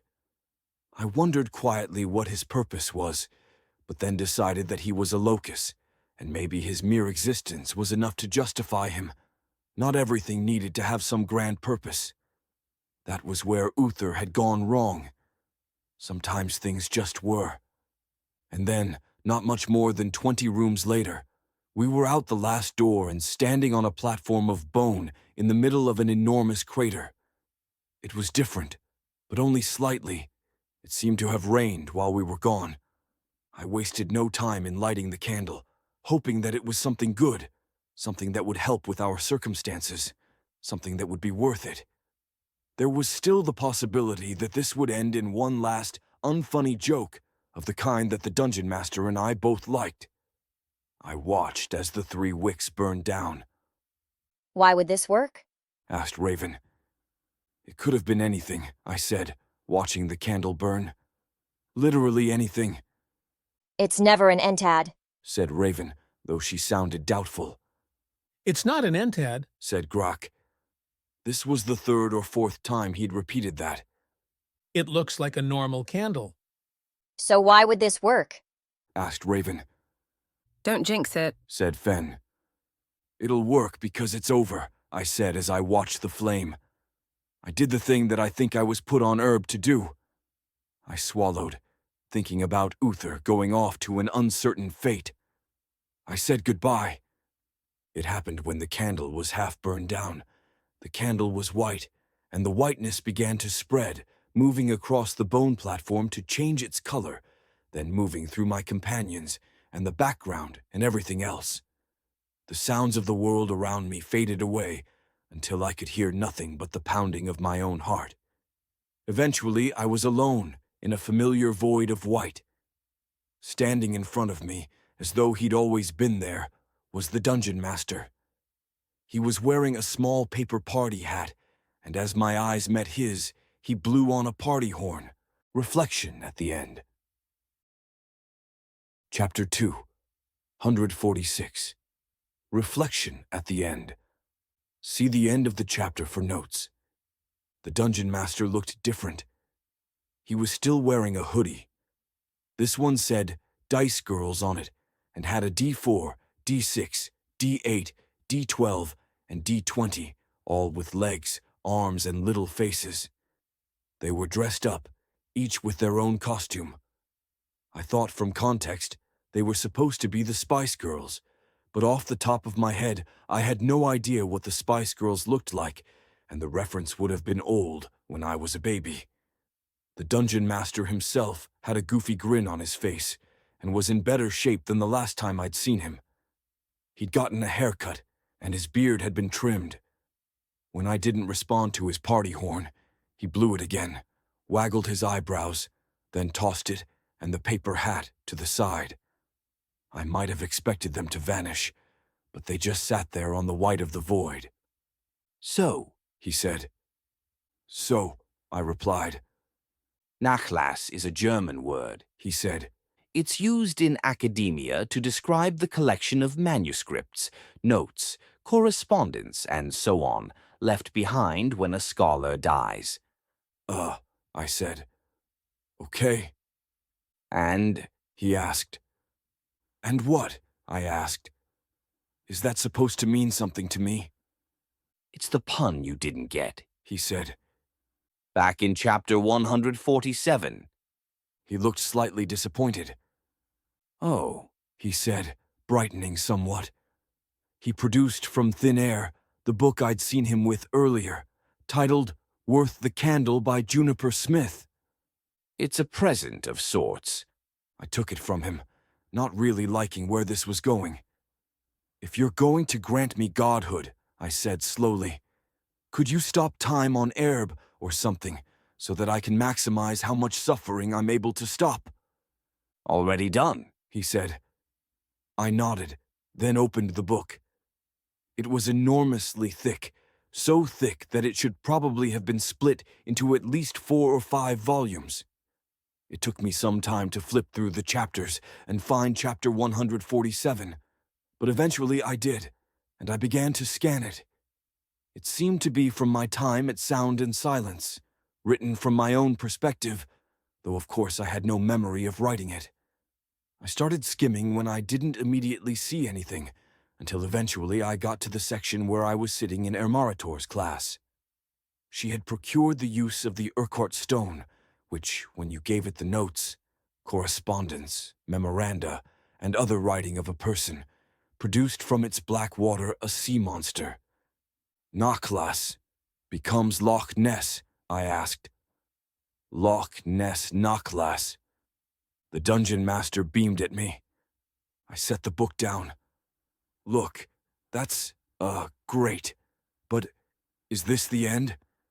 You said that this was a rule of 3 thing, that we were only going to meet 3 times, and I can't help but notice that this is the 4th time we're meeting." All part of a wonderful misdirect, he said, grinning at me. See, when you died and went to the hells, you thought that I was gone, but I really didn't entertain the idea for too long, I said. It was kind of obvious you were still around. I frowned at him, then picked the book back up and started flipping through it. Does this book say that I was fooled? Because that's not accurate. It was a very successful ruse, he insisted, still seeming quite pleased with himself. Last time you weren't so chipper, I said, frowning at him. You seemed kind of like you hated me, or like you were having an off day, or something. The dungeon master was something that I'd been puzzling over on the return trip down the long stairs. I had wondered whether I would ever see him again. Yes, but now I'm done, he replied, still smiling. Well, except for this part. But overall, I'm done, and I think it's all worked quite nicely, if not without its warts and bumps. There are so many warts and bumps you'd think that maybe it might need a doctor's attention, honestly, but it doesn't matter. Done is done. Done is an accomplishment. Okay, I said, putting the book back down on the floor of the white void, not having found what I wanted, which was, I don't know. If Herb is frozen, then we can start with some answers. We can do the easy stuff first, like having you tell me about the true nature of reality. Sure, let's start with the explanation that's simple and clean, said the dungeon master. I live in a far future world with nearly infinite computing power thanks to technology that's beyond your ability to understand. So help me understand, I said. Boost my intelligence. Or put it into simple, stupid, wrong terms that they would use on the local equivalent of the evening news. Are you going to let me finish? He asked. Fine, I replied. We've got computing power and artificial intelligence, said the dungeon master. Loads of both. All of this has been a simulation run on Stellar, powered by the output of a star. Hardware millions of light years from Earth. Your entire life, including your life on what you thought was Earth, was a simulation, one with some corners cut. There was a real Juniper Smith and a real Arthur Blum, and all the others, and I instantiated both of you from all your leftover online data, your postings, your images, all that, including a number of things you wrote or said later in life. The accepted word for which, in my time, is Nachlass. In your case, I had DNA from an ancestry test you took in your 30s, and in his case, I invented DNA given what I knew of him, and some forensic genealogy. Much of it was guessing, though, and sometimes filling in the gaps with what was compelling rather than what was true. I listened patiently, but I wasn't buying it, partly because of the holes in it, and partly because of the tone he was using, which was a little bit like he was sharing a joke with me. Now that it's all done, I'm giving you the keys to the kingdom and irrevocably forking over my control of a fair chunk of computing power, so much that it will be impossible for you to use it all, he said. There will not, unfortunately, be any way for you to break the simulation, nor even explore its boundaries, but you and everything you will have, dominion over, will be simulated, without limits. The heat death of the universe has been circumvented, by the way, so you don't even need to worry about that. You and your people will have both eternity and infinity, unless something goes very wrong on the layer above you. But if that happens, you'll all probably die instantly and peacefully. So, I said, thinking this over, I get to run a utopia while there's a dystopia on the layer above. A dystopia? He asked, arching an eyebrow. Any society that allows mass torture by private citizens is a dystopia, almost by definition, I said. And this version of things doesn't make all that much sense. Arthur got a different deal than I did, but he never got anything like an error message. And you're saying that you built a game layer in addition to all the other running a person stuff, and, look, I just don't think that you're telling me the truth. It wouldn't have to be a dystopia, said the dungeon master. Maybe what I'm doing is very illegal, but also incredibly difficult to enforce. Sure, I said, but I don't buy it. Well, it's the easy answer and perfectly acceptable, I'd think. Does it matter? He asked. I'll stipulate now that there's no escape from where you are, not for you or anyone you know. The context of your existence cannot be breached. You'll never see another trace of errors or limitations. You'll never have communication from anyone outside the context you exist within. That goes for whatever the truth of your situation is, whether it's a simulation or not. Does it matter whether there's a dystopia above you? No, I said. Conditional on you telling the truth and you being unshakable about what you're proposing to do to me, then I think no, a world outside that I can't do anything about doesn't substantially change things. If I'm a simulation, which I don't actually think is the truth, then it's something I've come to terms with. I'll make an effort to escape or find the seams anyway, but I know you know that. If there is a dystopia above, it's the kind of thing I would try not to think about, because I was incapable of changing it, and maybe over time I would succeed in not having it nag at me. I guess maybe it might affect time discounting or something, since if I thought the world might end in a decade, I would act differently than if I thought it would go on forever. The dungeon master waved away that thought as needlessly pedantic. But I don't know why you're selling me a lie, I said. If I accept that it doesn't matter, why not tell me the truth? The truth is that I made the simulation stuff up, said the dungeon master. There is no simulation. And the error messages, I asked. I mean, I think Arthur was right. Those are fake whether or not it was a simulation. They were too blatant, and the error output shouldn't have been like that, especially given the sophistication of everything else. I'd like an explanation as to why they were there at all. I had my own guesses about that.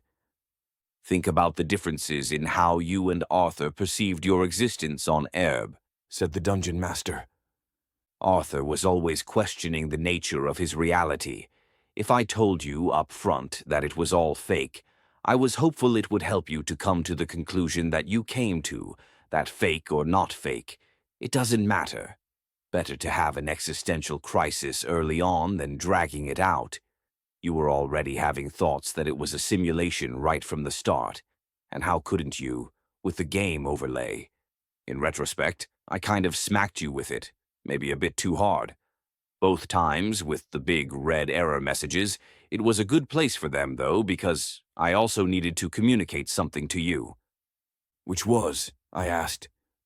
I tried to think like him, which mostly meant thinking like myself. Let me guess. The first time, it was that you cared about keeping me as a juniper, that there was some integrity to this thing. The second time, it was because you wanted me to know you saved me. He nodded. Okay. But then what is the reality of my situation? I asked. Obviously, I'm your plaything, like Arthur was, but a different kind of plaything.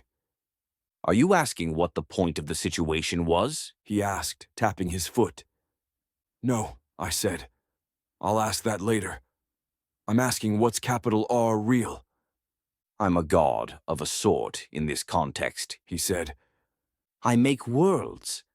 I made this world for my own purposes, and I put Arthur and then you into it because I had a particular set of whims and needs. When I leave, I vow to leave for good, and this world can keep rolling on forever. That's a much more true version of reality. And really, that's so similar to the simulation version that it seems to me like it shouldn't matter to you. But it's not the truth, I said, fidgeting. I can't tell you the truth, he said. You wouldn't understand it, and I know that because I've tried telling you before, in a discarded timeline. So in this, the canonical timeline, I'm just not going to tell you. Discarded timelines made me real uneasy. Can you tell me why I don't understand? I asked. It's incompatible with your qualia, he replied. Because my qualia aren't real, I asked. They're real within this context, he said. But I exist outside of this context. He looked down at himself. This is just a context-crossing shell. Sure, fine, I said. This was illuminating nothing. I just want you to try. I want you to explain it as plainly and simply as you can. If I don't understand it, fine, but I want the truth. The dungeon master hesitated, as though he didn't want to say it. Fine, we'll try this again. You're a character in a novel, he said. I thought about that for a moment, turning it over in my head. And you mean that literally? I asked. You don't mean it in the sense of, you're like a character in a novel, in the sense that, yes, you created me, and my environs, and you in some sense dictate, or predict, or set up my actions, and you're like an author. You mean actually, for real? Yes, he replied, nodding. Nah, I said. That's nonsense.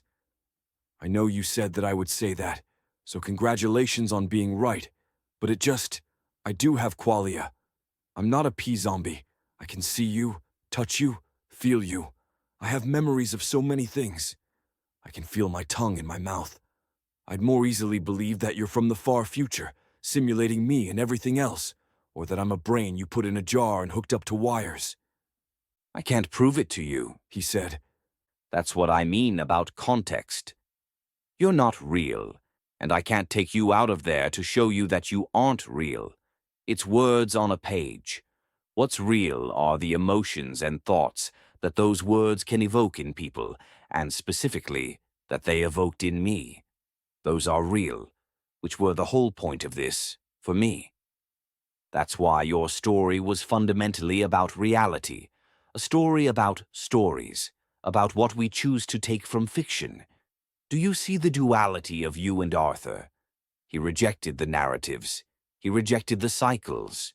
You, instead, answered moo.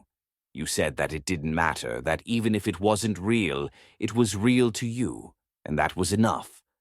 You and me, we arrived at the same point. I know it isn't real. I know that. But to revel in the glory of our own creation anyhow, to make it matter, that's the whole point. He seemed to really mean it. The jokingness was stripped away, and there was something in his eyes, an intensity. I'm sorry, I said. It's just far more likely that there really is some way to have infinite computing power, or enough that at the simulation fidelity you're running it at can trick someone into thinking it's infinite, and Earth and Erb are running on some monstrously powerful hardware, if you're running or ran Earth at all. All the stuff you're saying about it being a story makes more sense if that's the case. That you think I'm not real. If you're going to leave me alone to be God, then I don't care. I'm not going to sit here and try to convince you that I really do experience emotion and sensation and all that jazz. I know, he said. I wanted to avoid it, but there you go, that's the truth. And you've rejected it. I let out a sigh, feeling frustrated. Well then, now I'd like to know the whys. Ah, he replied. He tapped his foot. I suppose it all started as a misguided form of therapy. Therapy, I said. It was an answer that I'd been half expecting. Therapy? I was tortured. How was that therapy? I was literally murdered. I was raped. How? Oh, don't be so self-centered, he said. Not therapy for you, therapy for me. You're not the most important person in this world. I am. I paused for a moment. Well, I asked. Did it work? More or less, he replied, shrugging. I'd say it worked more than it didn't work. I closed my eyes, thinking, trying to piece things together. Okay, I said. So do I need to do a reconstruction of events on my own, or can you just give it to me? He said. I suppose I'll throw you a bone. Do you mind if we get a bit more comfortable, though? Without waiting to hear a response, he summoned a couch from nowhere for me, and a comfy chair for himself. For a moment, I wanted to stay standing, just on principle, but I sat, and it was one of the most comfortable pieces of furniture I'd ever sat on, perfectly contoured to my body. The dungeon master leaned back. It started with Arthur, naturally. Or perhaps I should say it started with a boy who wasn't Arthur, who died in that liminal time just before our adulthood. He was a close friend of mine. It haunted me for a long time. I thought to myself one night that I needed to exorcise my demons somehow, or at least find comfort. And I'd always had an interest in creating worlds, so I thought to myself, why not? And thus, a primitive version of Erb was formed, and Arthur was thrust into it. But no, I said. Arthur wasn't. I'm not you, and Arthur wasn't actually your friend. Right? True enough, replied the dungeon master. There's a feeling we sometimes get, and here I don't mean the general we, but we specifically, me and you, Juniper Smith and whatever you want to call me.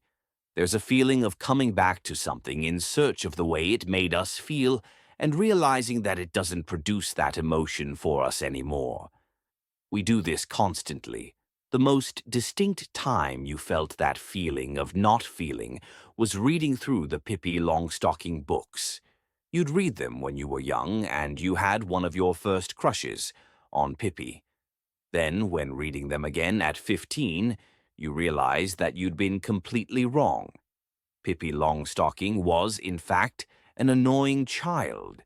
You realized that the feeling you'd been chasing by cracking those books again could never be reproduced by them. He shook his head.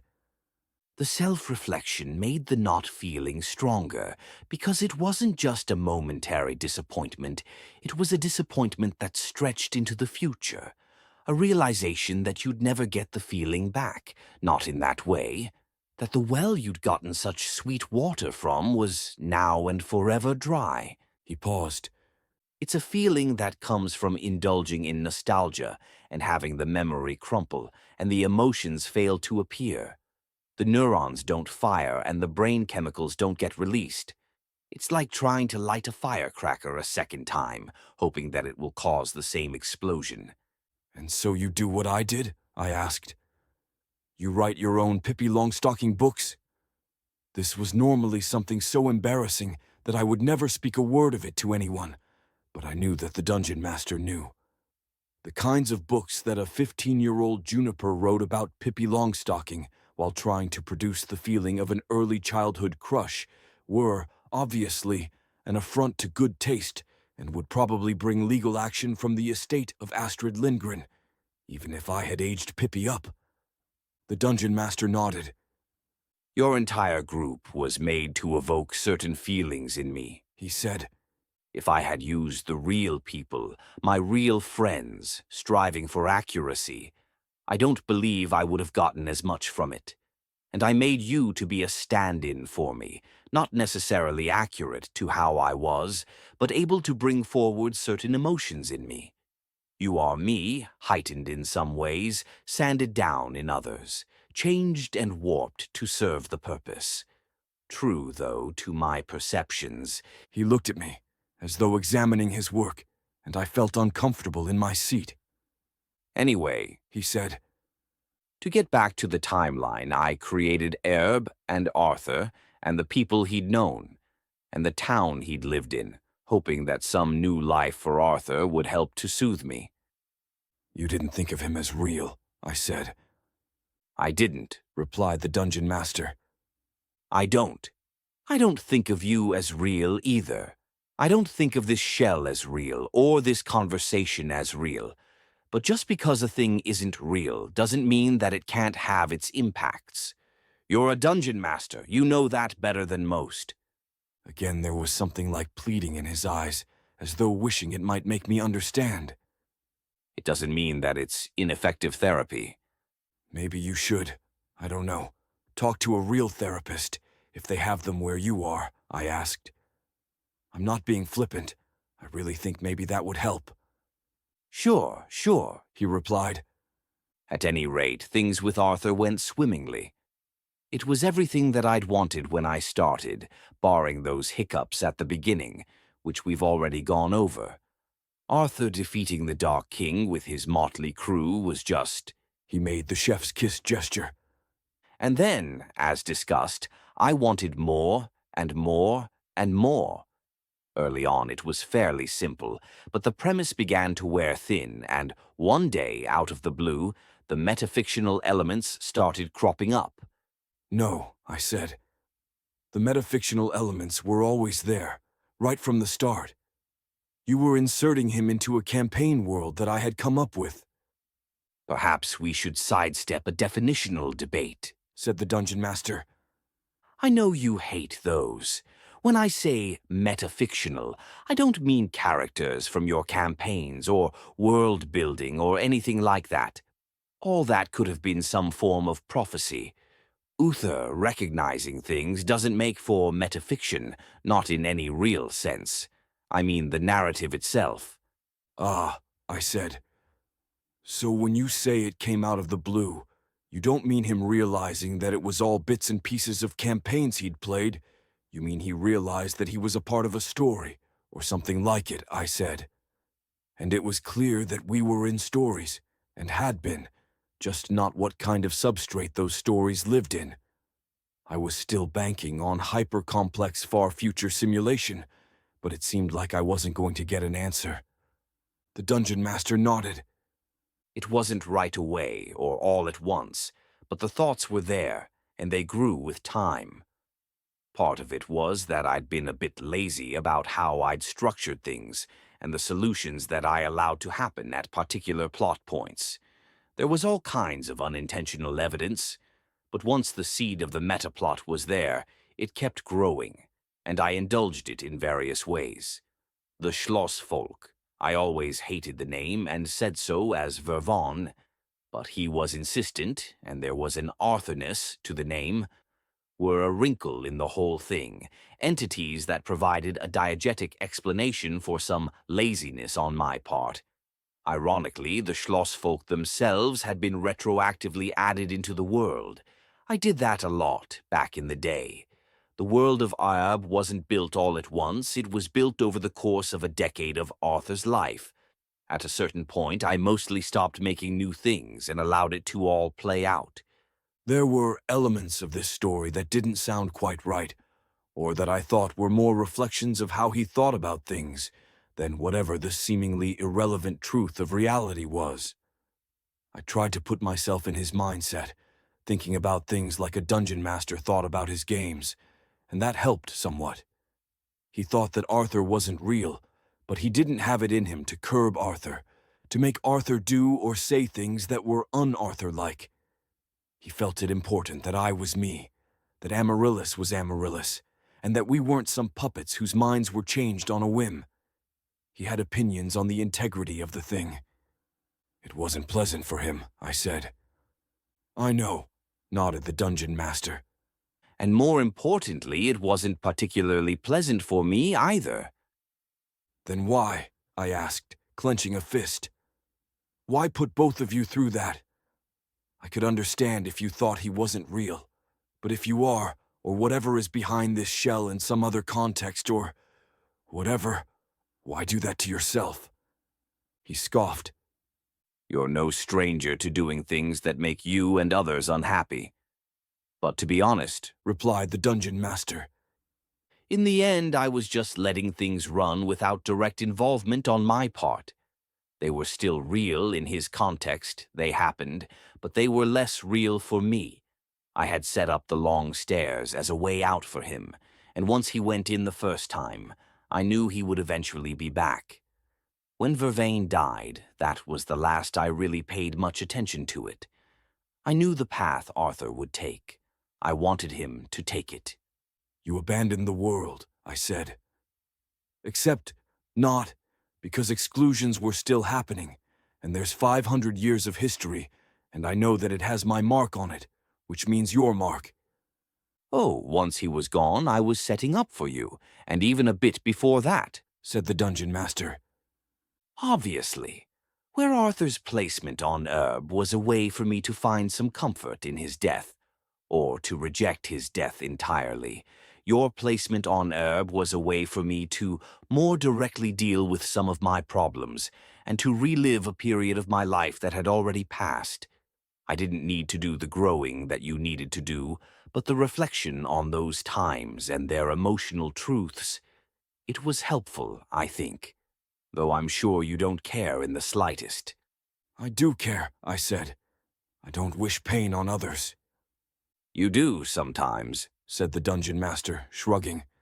But I appreciate the sentiment nonetheless. So, I said, I had a shitty childhood because you had a shitty childhood, and I dated Tiff because you dated Tiff, and my life is just an echo of yours. Do I have that right? He nodded. Of course, all your friends were inventions of my own, so there was no Tiff until I created her. The Tiff you knew was created to be an emotionally true version of a girl I dated in high school. That girl, as she actually was, if I could have recreated her at all, wouldn't have fit my purposes quite right. I wouldn't have gotten the same feelings out of it. He'd completely abandoned the pretense that I had been a real person from the real Earth. And Maddie? I asked. Is that hard for you to figure out? Asked the dungeon master. Do you need me to connect the dots? Different details, but emotionally true. Legal, in my case, but still something that I carry deep regrets about. So you are from Earth, I said, and from, or invested in, local time. I mean, even if you're from the subjective future. But I knew that wasn't quite right either. Or I'm a god of unimaginable power and speaking to you in a way that you would understand, for purposes that are too obtuse for you to fathom, he said with a sigh. Perhaps my true form is something like a giant crab, and I just have a fascination with these two-legged beings I invented called humans. Perhaps this is all translation from something higher or different. I paused. Is it? The dungeon master rolled his eyes. If you want to know how and what, then I'm not going to answer that again. It's incoherent in this context, even if it makes sense from the context I'm from. If you want to know why, then I'm doing my best to answer that right now. From my perspective, the why is what's important, and it's also the part that I wanted to talk to you about. This is the end, Juniper. You're going to be in charge of designing a paradise. It's a good ending for you. I want you to know why all this happened. Fine, I said.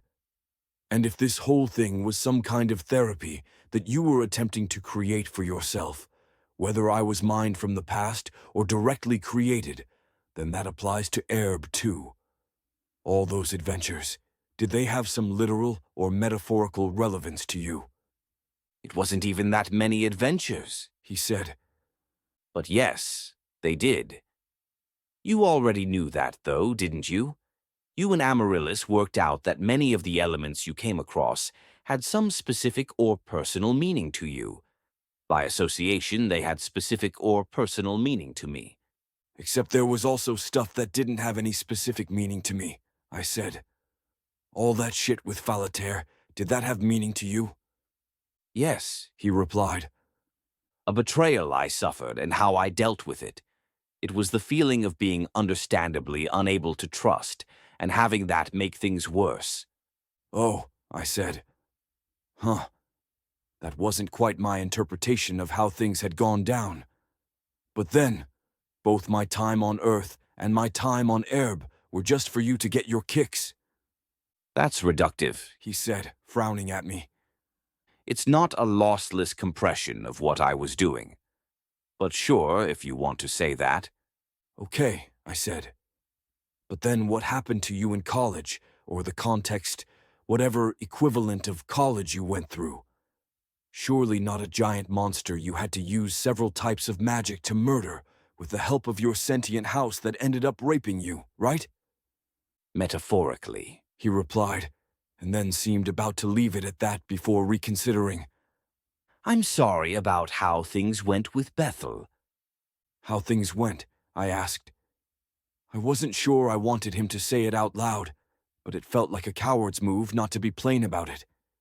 I doubt that you'll believe me, but I never intended it to happen. That said, I didn't revise it, and I didn't stop it, so... He shrugged. It probably won't help for you to know that it was extremely difficult and emotional for me. He was right. I'm sure you'll be a better god than me because our aims are different. You're inside the context where this is real, and I'm not. Sure, I said. Whatever. I don't want to get into how much of a shit you are. It'll just make me mad. When I wasn't thinking about it, I could almost like him, or at least empathize. We shared sensibilities. Then what else is left? He asked. So far as I'm concerned, we're mostly done.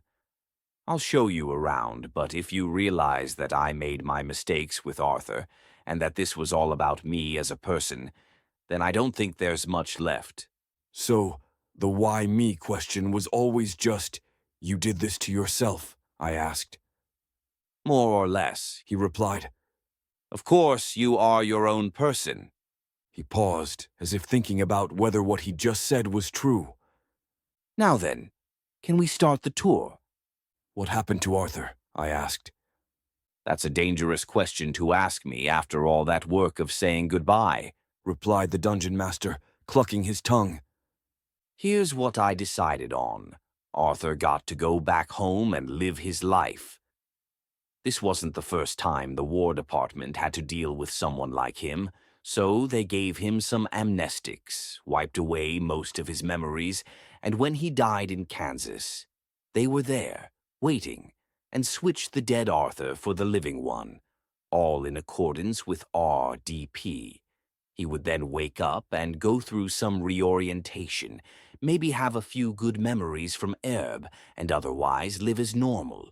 Nothing that couldn't be chalked up to the extended coma or vivid dreams. His skills are gone, as is his knack. The War Department quietly ceases to exist not long afterward. And that's it. That's as far as I go. I was silent for a moment. That's time travel, I said.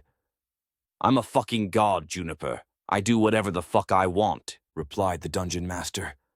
I am completely capable of time travel. I'm capable of reshaping reality to my whims. He was more flippant about it than angry.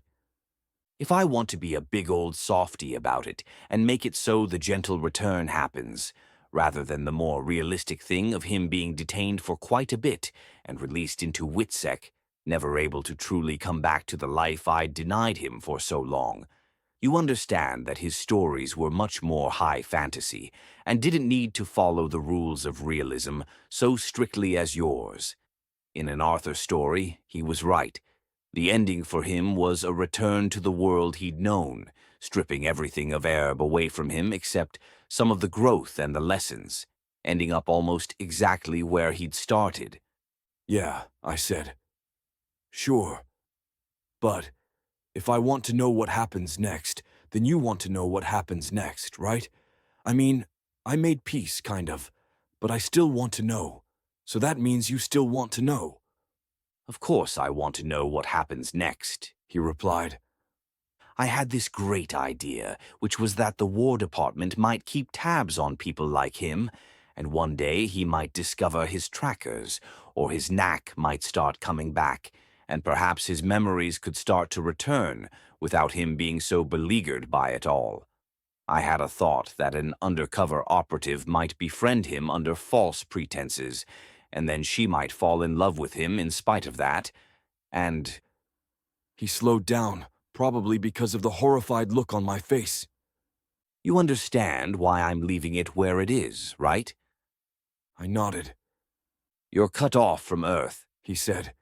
It's on a different server cluster, if that analogy tracks.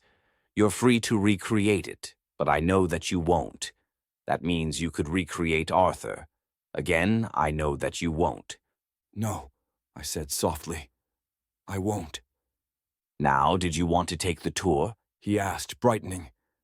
I looked around the white void. The only notable features were me, him, the party hat and party horn, the couch and chair, and the enormous book. Sure, I said. The dungeon master waved a hand, and a wall of the void opened up. It was a cozy tavern, and there were a few people around. I recognized only one of them, the layman, who was throwing peanuts up into the air and catching them in his mouth. Aside from the layman, there was a lot of costuming going on, and none of it really seemed to mesh very well. My eyes went to a table that appeared to have a cactus person sitting at it, along with a large and varied party of other people. One of them, apparently a human, glanced my way, and I froze in place. "Who the fuck is that?" I asked, pointing at the guy. He looked a bit too much like me, which is to say, he looked exactly like me. The guy stood up from his seat and came over to me. He was wearing sintered armor and giving me a skeptical look, and once he was done sizing me up, he gave the dungeon master a sigh. Juniper Smith, he said, holding out his hand to me. I shook his hand. You mean that your name is also Juniper Smith? He nodded. I'm the person you displaced. I looked over at the dungeon master. Wait, this is the herb version of Juniper. Is this going to be a turtles all the way down kind of thing, where there's another Juniper that he displaced? No, nothing like that, replied the dungeon master. You see, about half the time when you dream skewer, the displaced person doesn't get overwritten. They get pushed out somewhere, and that place is the other side, where they're temporarily without a body until they learn a bit of formation magic, which allows them to construct their body again, John Osterman style. I don't know who that is, said Herb Juniper. A lot of the references were lost on this poor, inferior Juniper, said the dungeon master. The poor, inferior Juniper remained stoic, as though he was used to this kind of abuse. Anyway, he was bumming around the other side, which should really be called the B-side, but the two of you never ended up running into each other, so, oh well. Part of tabletop games is not pushing the players too hard and allowing a fertile plot thread to hang itself, and tabletop games were the feel I was going for, as you correctly intuited. He did manage to defeat the Union Empire, though. We're cool? B-side Juniper asked me. Sure, we're cool, I said with a shrug. I looked at the dungeon master. I don't really get why he's here. He finished early, said the dungeon master. I had some trouble lining things up and didn't want to abuse the timeline anymore, so I let him chill here. He looked at B-side Juniper. You can sit back down. B-side Juniper shrugged, then went back to his table, seating himself next to the cactus. So what happens to him? I asked.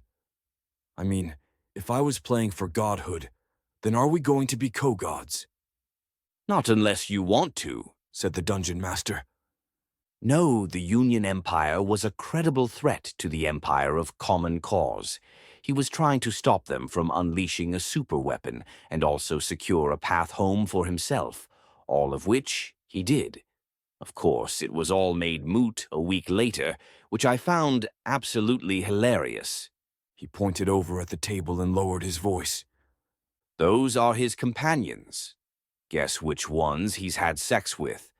Aside from the cactus person, there was an anthropomorphic otter, a non-anthropomorphic octopus, a woman whose hair seemed to be made up of precious gems, a fairly normal halfling, and a woman who flickered and changed appearance whenever I tried to look directly at her. I frowned. I don't really think it's appropriate to speculate on. All of them, replied the dungeon master. He seemed a bit too giddy about it for my tastes. So? I asked. I mean, I don't think we should judge people for... Neither do I, obviously, he said. But it's nice to show someone something that they have trouble admitting about themselves. Look, the whole harem thing, I began. There were things you needed to learn about how you view and deal with women, he said. I don't think we got it all out of your system, but I did put in some effort. And obviously, much of it was for my benefit as well, to help me learn, grow, and process. Sure, I said. Fine. Or you were just watching and getting off on it, with a thin veneer of deconstruction and learning a lesson. I wondered whether he'd watched me have sex, and how often, if he'd been staring over my shoulder when I jerked off. The world may never know, replied the dungeon master. Anyway, there's the layman, who you met. There's the scribe, who handwrites all the notes. There's the architect, pointing to a tall guy in a rumpled suit. There's the warden, a woman whose whole aesthetic seemed to be chains, a little on the nose for my tastes. Oh, and there's the actor. He waved at a very plain-looking man, also in a suit, but much more handsome, in a Hollywood kind of way. Juniper, called the actor, coming forward. A pleasure to meet you. Here's my card, if you need anything. He produced a crisp, eggshell white card from his pocket, and I took it from him, somewhat dumbfounded. On one side it said, Thespian. The other side was blank. And your role is? I asked. Oh, anything that's needed, he said. Whenever you need a character, they can be played by me. I looked at the dungeon master. Meaning? I asked. He's useful, shrugged the dungeon master. In case you wanted to have people who weren't people, who were just happily acting like they were, say, in pain or in love, without actually being those things. And did you do that? I asked. No, replied the dungeon master. Only as Vervain when I wasn't speaking and acting as Vervain myself. Everyone else was real. Even the hells? I asked. Because, shit, that's a lot of people that will need therapy. That's horrible. Is there any way you could... I paused. Yes? He asked. Retroactively make it so that... I paused again. I don't want you to erase real people, but is it possible that you could, in your context, outside of time, maybe make it so the hells didn't exist? No, replied the dungeon master. They're an important part of the story. Then the thespian, the actor, I said. Could you make it so that he was playing the part? Of whom? Asked the dungeon master, raising an eyebrow. Everyone in the hells except the members of my party when we were there, I said. The infernals and the tortured. Again, I don't want to erase anyone's experience from existence, but if there's a way for it to have not happened without doing that, if you're a god who can bend reality from a perspective outside time, then that's my request. Sure, he said with a shrug. Done. No one in the hells was ever real, except for the people involved in rescuing you from it. Sorry, this is making my head hurt, I said. I really hoped what I'd asked him to do was the right thing. I'm not being intentionally confusing, said the dungeon master. I understand it's a lot, though. But there's something I want to show you that I think you will like. He opened a door in the side of the tavern and walked us out into a green space that seemed to go on for quite a while, with shrubs and grasses and trees. Sitting in the middle of it was a small, picturesque cottage. What is this? I asked. It's something I think you'll like. I said that already, replied the dungeon master.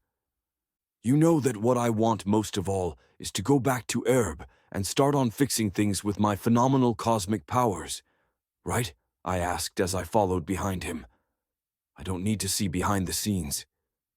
Just a few more things, I promise, he said.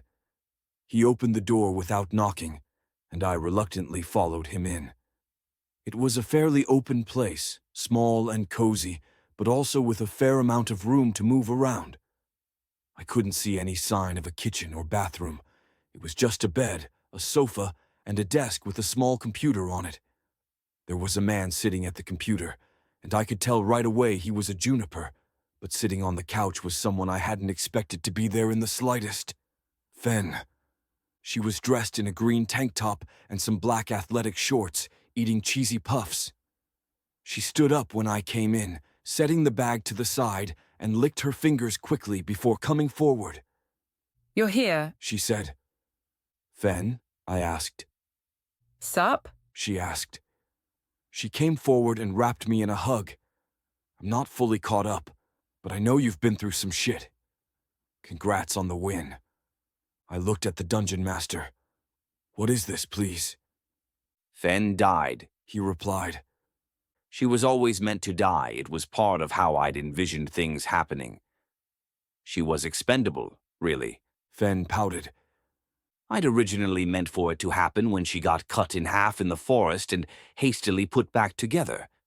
But you came up with the transfusion thing, and I thought, well, let's just let it roll. That's fair play. She was fated to die, I said slowly. There was no way of avoiding it. Maybe, he replied. Nothing is set in stone.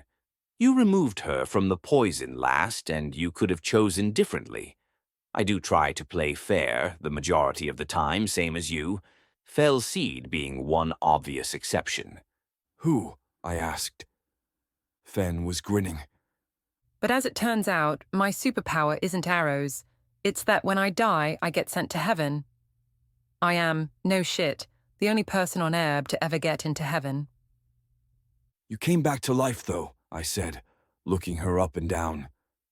She wasn't supposed to do that, said the dungeon master. But after you died, Amaryllis had this plan to bring you back, and logically there was no way she wouldn't bring Fen back too.